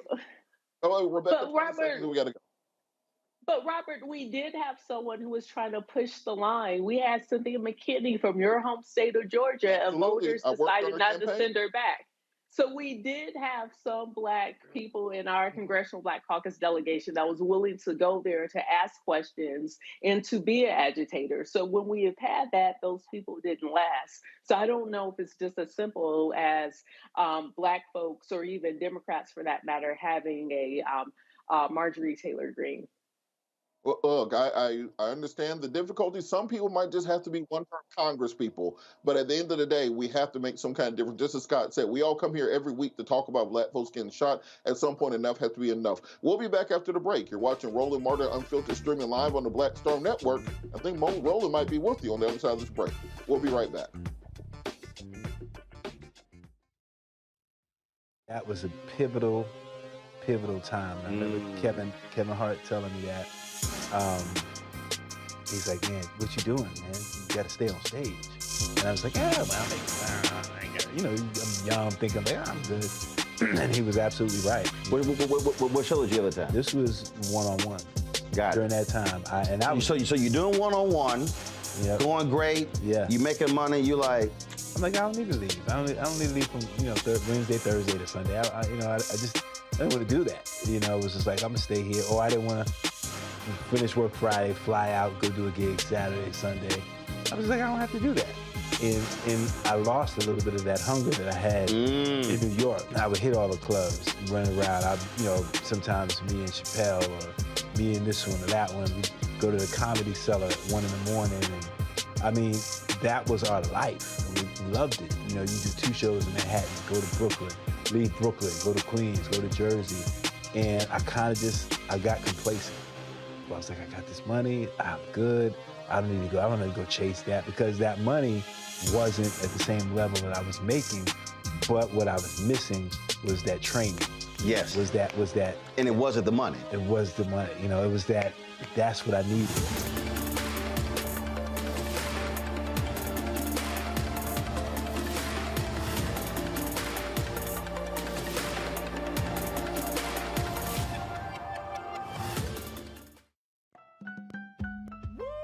We're all impacted by the culture, whether we know it or not. From politics to music and entertainment, it's a huge part of our lives, and we're going to talk about it every day right here on The Culture with me, Faraji Muhammad, only on the Black Star Network.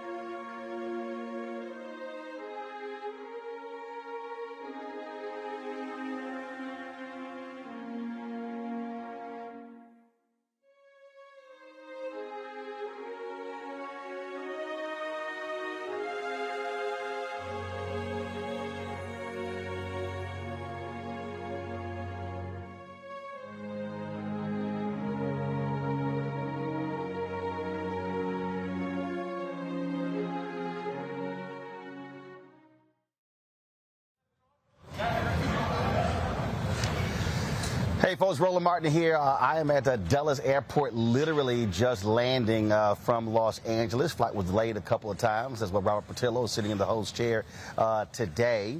For the last week, where we've been trying to get our next guest. Of course, last Tuesday, Harry Belafonte passed away at the age of 96. And one of the folks who certainly has considerable insight into his work, their friendship, his friendship with Reverend Dr. Martin Luther King Jr., is my good alpha brother, Ambassador Andrew Young. He joins us now on Roland Martin Unfiltered. Ambassador, always great to be able to see you and chat with you. Very good. Always good to talk to you, especially about somebody that has meant so much to this nation and to people of color all over the world. I mean, he was not only known in Jamaica, but in South Africa. He and Stokely Carmichael went to Guinea,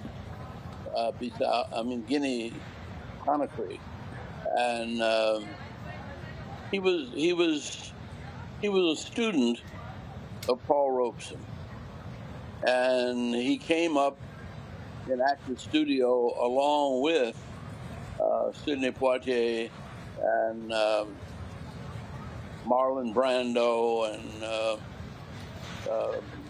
Paul Newman, and all of the folks that you saw at the March on Washington getting off that plane from California were Harry's friends almost from childhood.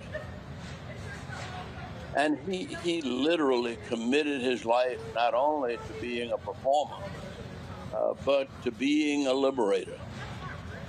And in fact, I dare say that his liberation activities were every bit as important to him as his performances. Where did the two of you first meet, first connect? Well,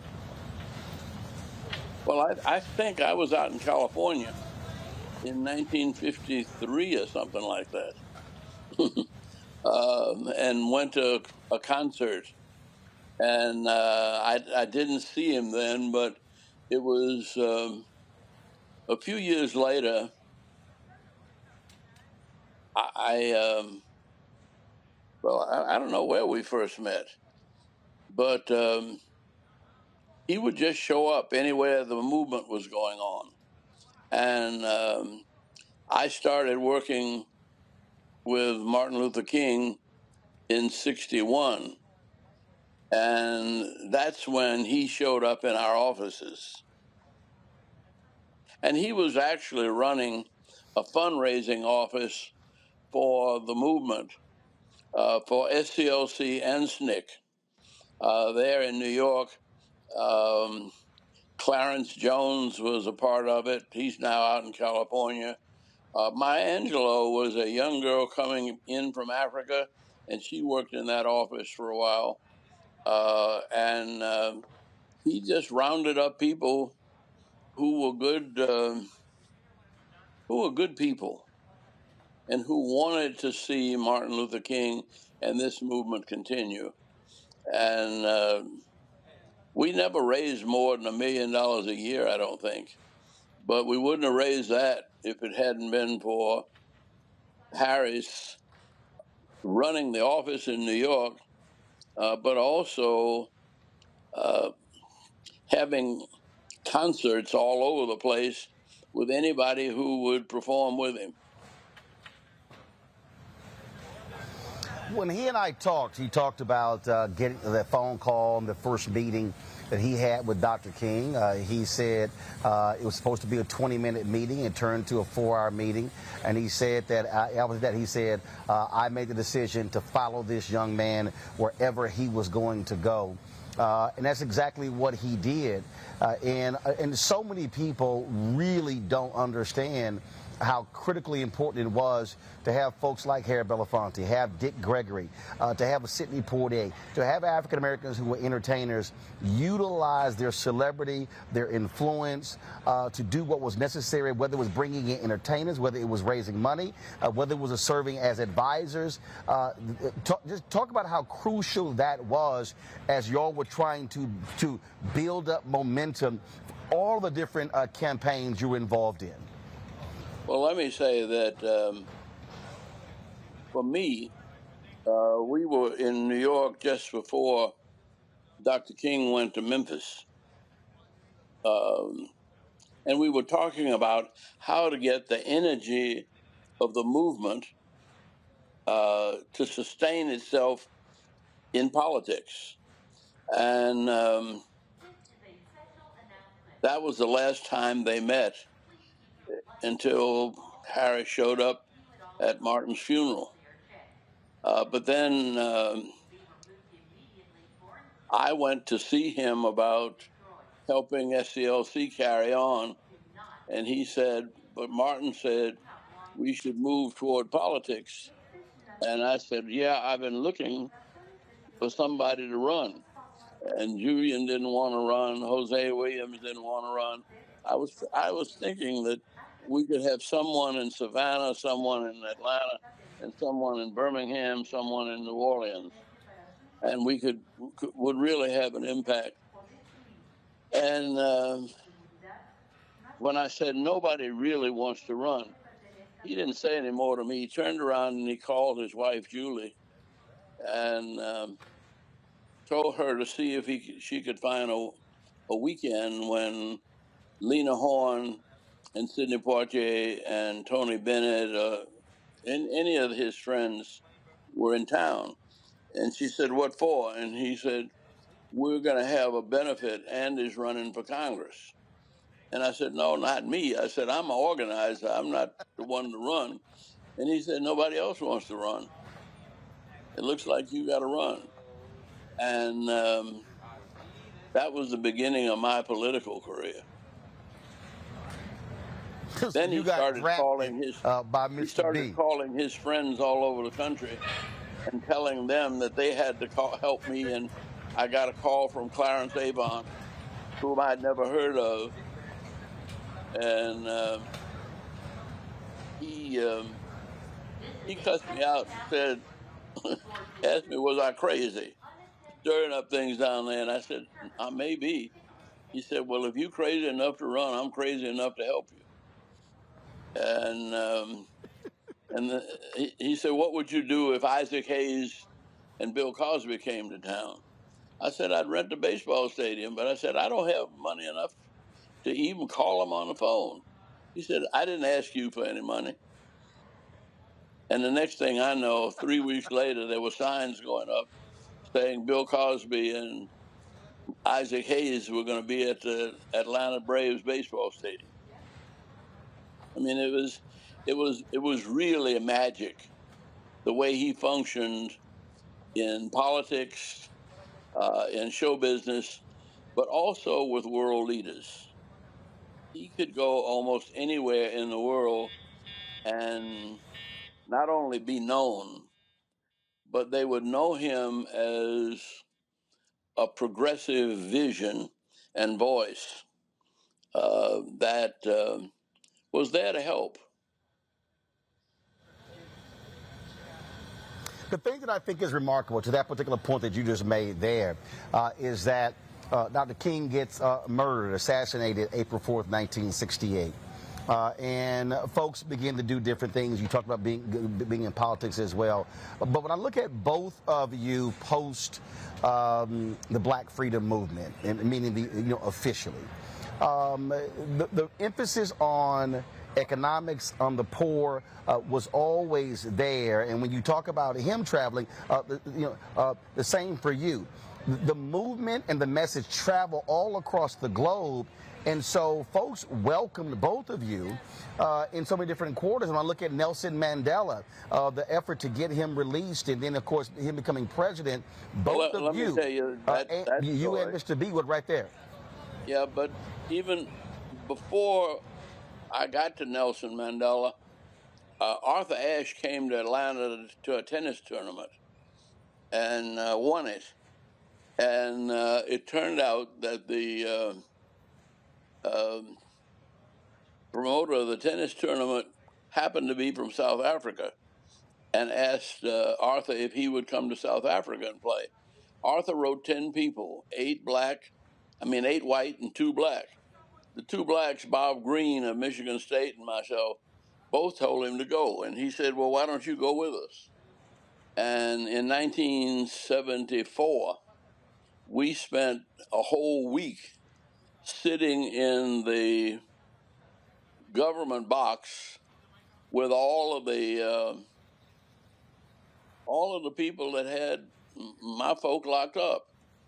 Now, I wasn't uncomfortable with that because that was sort of my job in the movement, was to kind of communicate with the white community. When we went to Birmingham, we were talking about going to Birmingham in December, toward the end of December, and Martin said, Andy, do you know any white folks in Birmingham? I said, no. He said, you got a month to find some. And that was the difference between us and, say, Black Lives Matter.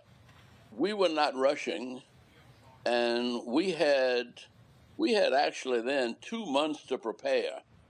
Before there was a demonstration, we had about four meetings with business leaders and clergymen, and we had negotiated basically what we wanted before we had a single demonstration, and it was that kind of patience and preparedness that allowed us to just to stay alive. Got to go to a break. Hold tight 1 second, Ambassador. We're going to pay a couple of bills. We're going to come back and chat with you a little bit more about the late, great Harry Belafonte. My panel, they also will get to ask you a question as well, folks. You're watching Roland Martin Unfiltered as we continue paying tribute to Harry Belafonte, who passed away last Tuesday, the age of 96. You're watching Roland Martin Unfiltered right here on the Black Star Network.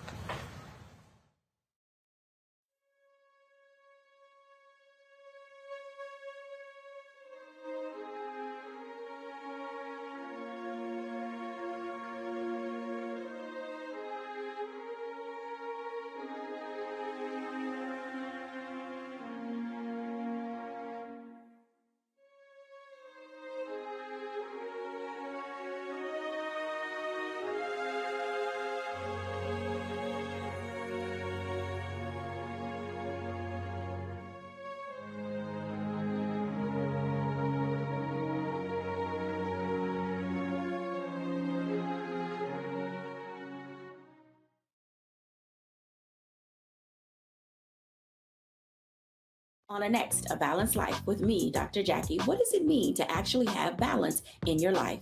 Why is it important and how do you get there? A masterclass on the art of balance. It could change your life. Find the harmony of your life. And so what beat can you maintain at a good pace?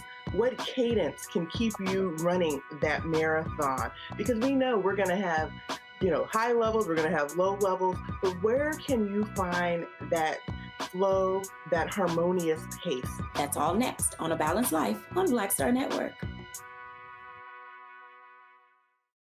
Up next on The Frequency with me, Dee Barnes, our special guest, Alicia Garza, one of the founders of the Black Lives Matter movement. We're going to discuss her new book, The Purpose of Power, How We Come Together When We Fall Apart. We live in a world where we have to navigate, when we say something, people look at us funny, but when a man says the same thing less skillfully than we did, right? Right. Everybody flocks towards what they said, even though it was your idea. Right here on The Frequency on the Black Star Network.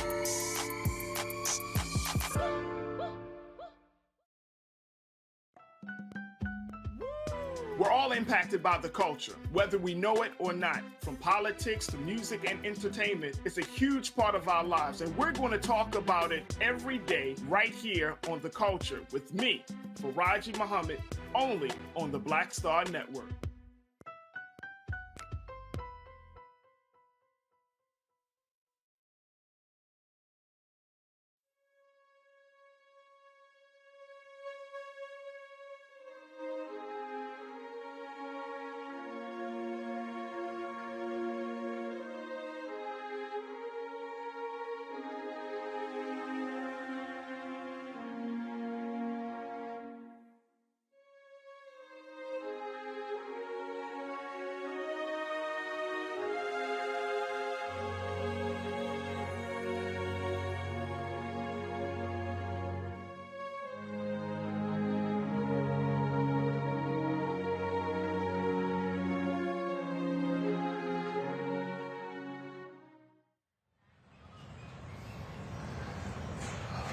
Welcome back to Roland Martin Unfiltered. We continue our conversation with Ambassador Andrew Young with regards to Harry Belafonte. Ambassador, one of the things that I think was a lot of people really don't understand if they read Harry Belafonte's memoirs. His apartment served as a refuge for Dr. King whenever he was in New York, but also sort of as the mediation grounds for all of the different factions in the civil rights movement. And there were so many different stories he talked about in his book with these discussions and these sort of these mediation events happening in his apartment. Can you share with us what those moments were like and the role that he played? Well, it was Harry's show, and you didn't get to say no. He called me one night, and when I was ambassador to the United Nations, and he said, "I need you to come by and have a sandwich with me tonight." And when I got there, Shimon Peres, the prime minister of Israel, was there, and he wanted to talk with me about helping to get involved with the Palestinians and getting the Palestinians and Israelis together. Now, when I said that to the State Department, nobody believed it. But we spent, with Stony Cooks, we spent about 4 hours. And he knew everybody. I had another occasion when he did a benefit for us in Paris. And when I got over there, he said, "Oh, you one of these little righteous country boys, but I'm gonna turn you on to Paris." And I said, "Well, I'm not a high life sort of fellow." And he said, "Well, you never met Bridget Bardot." I said, "No, but I said, she's a young kid." I said, I prefer older women." And the next thing I know, I gave him a couple of names. And the next thing I know, he grabbed me and Dr. King, and said, "Come on, I want you to go somewhere with me." And we were in the hotel in Paris where all of the stars stayed. And he took me down to this lady's room whose name I had called. And I didn't have any idea who she was. I mean, I knew who she was when I saw her, but she threw her arms around me and pulled me in and pulled me down on the couch, sitting next to her husband, between she and her husband. And I was, well, I was so, I mean, you had to be always ready. I mean, he knew everybody, and everybody loved him and respected him. The same thing with before Mandela got out of jail, it was always Bishop Desmond Tutu, or he'd show up and there would be Miriam Makeba, and of course Sidney Poitier was with him in the very beginning, and he just got along with everybody, and he put everybody almost all over the country on a liberal agenda. Questions from panelists. Rebecca, I'll start with you. Your question for Ambassador Andrew Young. Ambassador Young, first of all, How you doing? Say thank you. It's very nice. It's a pleasure to meet you. When I think about greats like you, who were architects and generals and soldiers within the civil rights movement, I often think about the strategy that you all had. And then I compare it to my generation. We have the technology, we have the money, we have a lot of access, but we seem to lack strategy with how we choose to carry on with the movement. So, what advice would you have for folks in my generation with how can we be more strategic in the push for I civil tell you rights?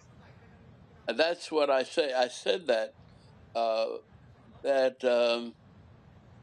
Black Lives Matter happened in 60 seconds. I mean, in 9 minutes and 41 seconds, everybody in the world was watching George Floyd die. And it was an immediately organized protest. All the way down in New Zealand, they were watching. Now, there were 60 bombings of black people's homes in Birmingham in 1961, 62, and early 63. And this is before the church was bombed. Fred Shuttlesworth's church had been bombed 3 times in 61 and 62. And we were right here in Atlanta, 150 miles away, and we didn't know it. They didn't cover anybody. I mean, I heard of Emmett Till. I'm from New Orleans. That's not far from Mississippi, and I drive through that part of Mississippi all the time because my wife was from Alabama. But we never knew about Emmett Till until his body went back to Chicago, and his mother insisted that Jet magazine and Ebony magazine put his body on the picture on the cover of Ebony magazine. And so what we didn't have, I mean, we really didn't even have telephones. I mean, we had to find somebody, and not everybody in Selma had a telephone. And we had to know the 2 or 3 people in the neighborhood that we might be able to run to and call somebody somewhere. We were in the dark ages, really. And so we had a lot more planning time. And and it was also, we knew how dangerous it was. Now when you got 10,000 people out in the street, it's not nearly as dangerous as when Martin Luther King went to jail in Birmingham in 63. There were only 51 persons with him. And it wasn't any big march, and we were always small and vulnerable. I got beat up in St. Augustine, Florida, and there wasn't even any press there. And I didn't know how bad I'd been beaten until almost 10 years later, when we got access to the police files. And so it was a different time. And I think if we had known the dangers we were facing at that time and faced up to it, we might not have been so courageous. A lot of it was, the Lord will lead you and he'll tell you what you need to know. But we didn't know. And Martin Luther King's, he used to do a Richard Pryor, a kind of act where he would talk about somebody trying to shoot him and one of us jumping in front trying to get our picture in the paper or on television and taking the bullet for him. And then he'd start preaching your funeral. And he'd say everything you'd never want said in church about you. But what he was doing, he was making us laugh at the possibility of our own death. And of course, he was laughing at his death. And it's a different time.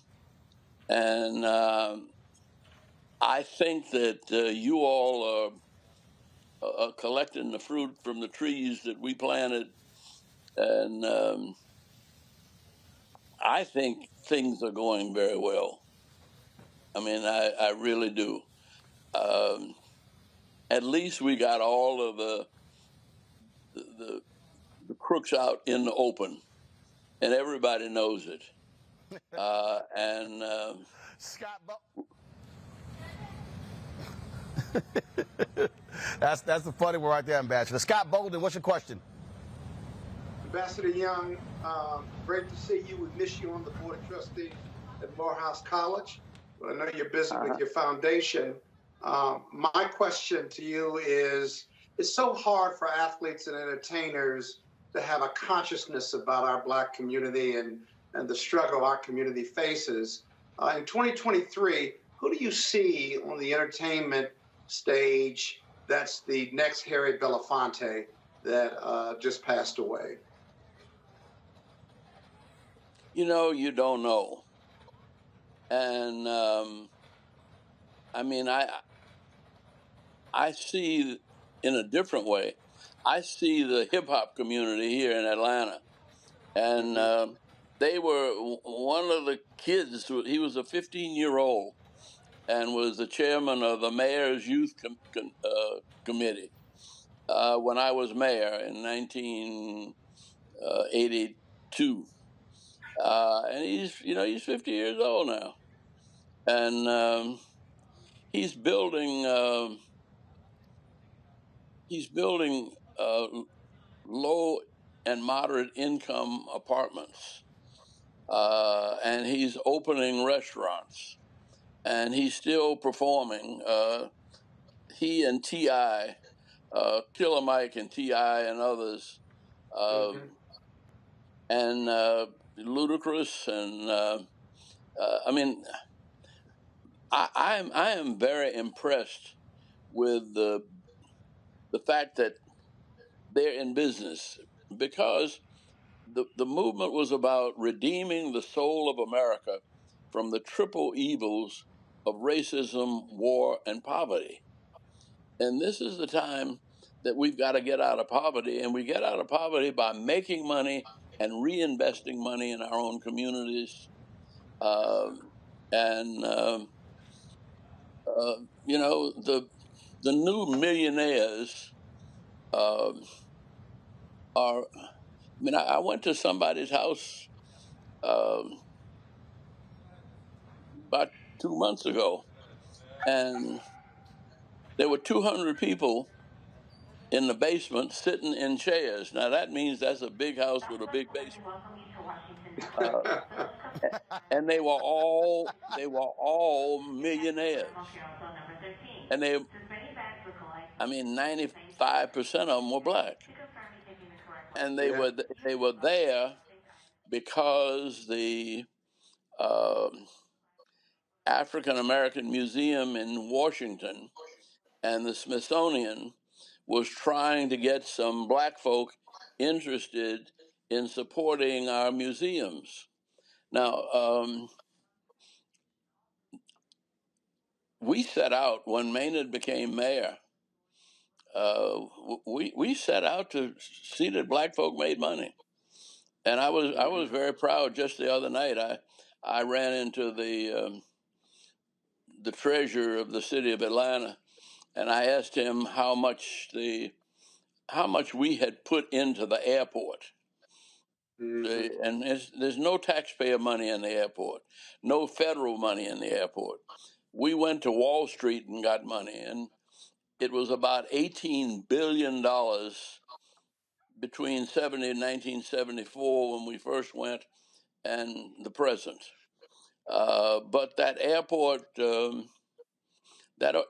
generated $66 billion worth of wealth last year. And about 30-some% of every year, at least 30, 31, 35% was put through black businesses.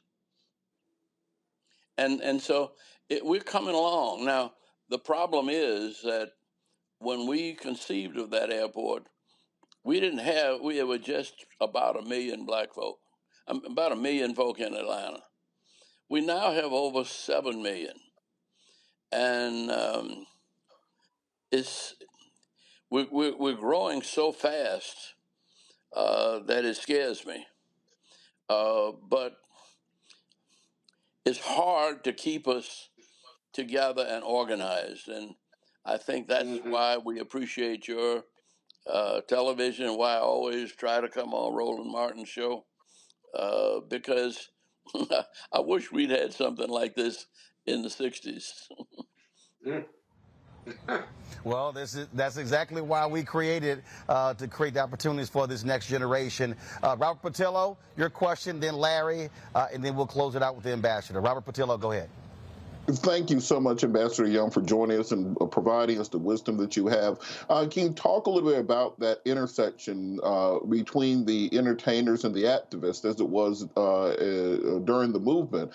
Because now I think that we have a lot of people in the entertainment industry who see activism as almost a resume builder, something you're supposed to do but they're not passionate about. Can you talk about how the entertainers of that generation were really entrenched in the movement and were really activists who happen to be entertainers instead of entertainers who happen to be doing activism? Well, it's hard to judge, because for an entertainer to leave Los Angeles and show up in Selma, never having been in the South, he was taking his life in his hands. And I remember one who, there were 3 or 4 in Selma, and we had put up a stage in a field before we marched into Montgomery, and one of the rocks wasn't balanced, and the stage made a big noise when it leveled itself, and one of the entertainers, and I won't say who, took off across the field, and we never saw him again. And it was scary if you've never been there, because that night at least 3 people got killed. And so it was nothing to play with. And I don't think Harry, well, I noticed as he approached his final days, he wasn't the least bit interested in carrying on any further. He made 96 years, and he gave himself from, sun up to sundown and early in the morning. And it was a hard life, but it was a good life. And people like Mahalia Jackson and oh, they all of the stars of that time found time to Bill Withers. Bill Withers came down to do concerts for me on 2 occasions. The Motown, uh, they were all part of the movement, and you see it in Marvin Gaye's songs, and you realize that they are singing politics, and that's what it takes. That's what you say. Our culture. That is our culture, and I can remember our culture is also the church, because I can remember one of the times that a couple of stars came down to church, and the preacher who was preaching was from Chicago, but he was in a Baptist church here in Atlanta. And he got up, and all he said was, "I'll lift up my eyes to the hills, from whence cometh my help. My help don't come from the hills. My help comes from the Lord. And all I have to say is, help." And he walked around the church, and he shouted help for about 45 minutes. And by the time he got through, you knew you had been in touch with some Holy Spirit. Larry, your question for Ambassador. Yeah, Ambassador Young, really enjoyed hearing these stories. I was wondering if you could share like 1 or 2 characteristics you think are really important when it comes to leaders. We talk about this new generation, which you talked about a lot. But what are some, like, give me 1 or 2 characteristics you think are key as it relates to leadership? Well, there's a song that they used to sing, "I keep so busy serving my Jesus, I ain't got time to die." And you have to, I mean, we walk through the valley of the shadow of death,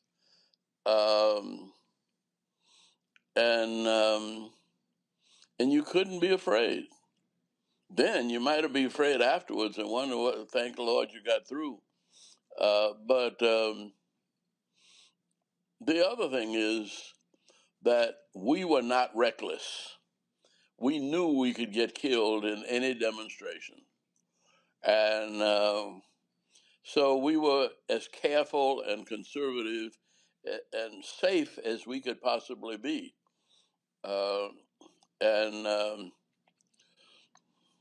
it's consistent. The other thing is, and this was true of Bevel and Diane Nash and James Lawson in Nashville. They got Gandhi's books, and they got up at 6 o'clock in the morning and had a workshop for the Nashville sit-in movement. And Bernard Lafayette, who's now in Tuskegee, but I mean, it was not something you could do in a moment's notice. We role played, and we tried to find ways to. We knew the dangers, and we tried to find ways to go through the valley of the shadow of death and fear no evil. Well, Ambassador, the one thing that we are appreciative of, we are thankful, and I can say this for all the panelists as well. We are absolutely thankful for Harry Belafonte, what he did all these years. We're thankful for what you have done and continue to do. And when you talked about, needing a platform, wishing we had a platform then, this is why we created this, because I've always said we must tell our own story, control our own narrative, and be willing to speak truth to power when other folks don't like it. And so that's why black-owned media is important. Let me say that. And so we thank you. Yes, I kind go of ahead. don't like that phrase, speak truth to power. Which phrase? That phrase. Because we are the power.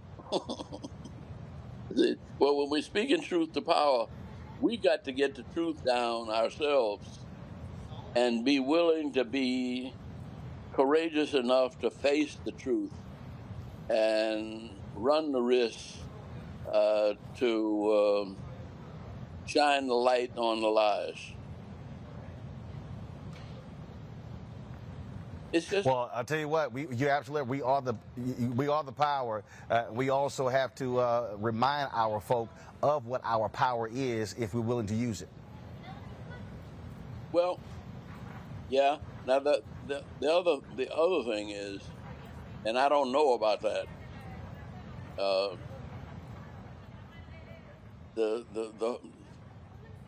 The whole drug thing, which is more white than black in Atlanta, but I don't want to see that sort of thing get in the black community anymore. And I don't know. I mean, we survived a little,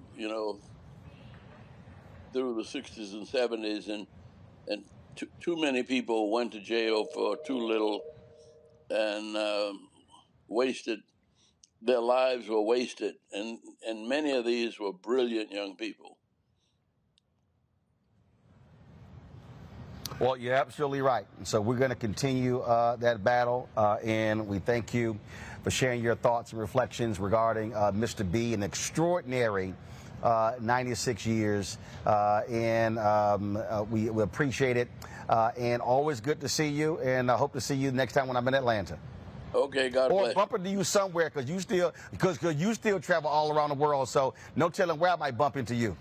Okay, God bless you. All right, Fred, take care. Have a good one. Folks, that is it for us. Footnote, Gina Belafonte, one of Mr. B's daughters, will be joining us Friday to share her thoughts and reflections with regards to her father. Let me thank Robert Patillo for sitting in for me. Scott Bolden, Larry, Rebecca, thanks a lot. Tomorrow, folks, we're going to be juggling tomorrow as well. I'm going to be in New York for the NAACP Legal Defense Fund, their dinner.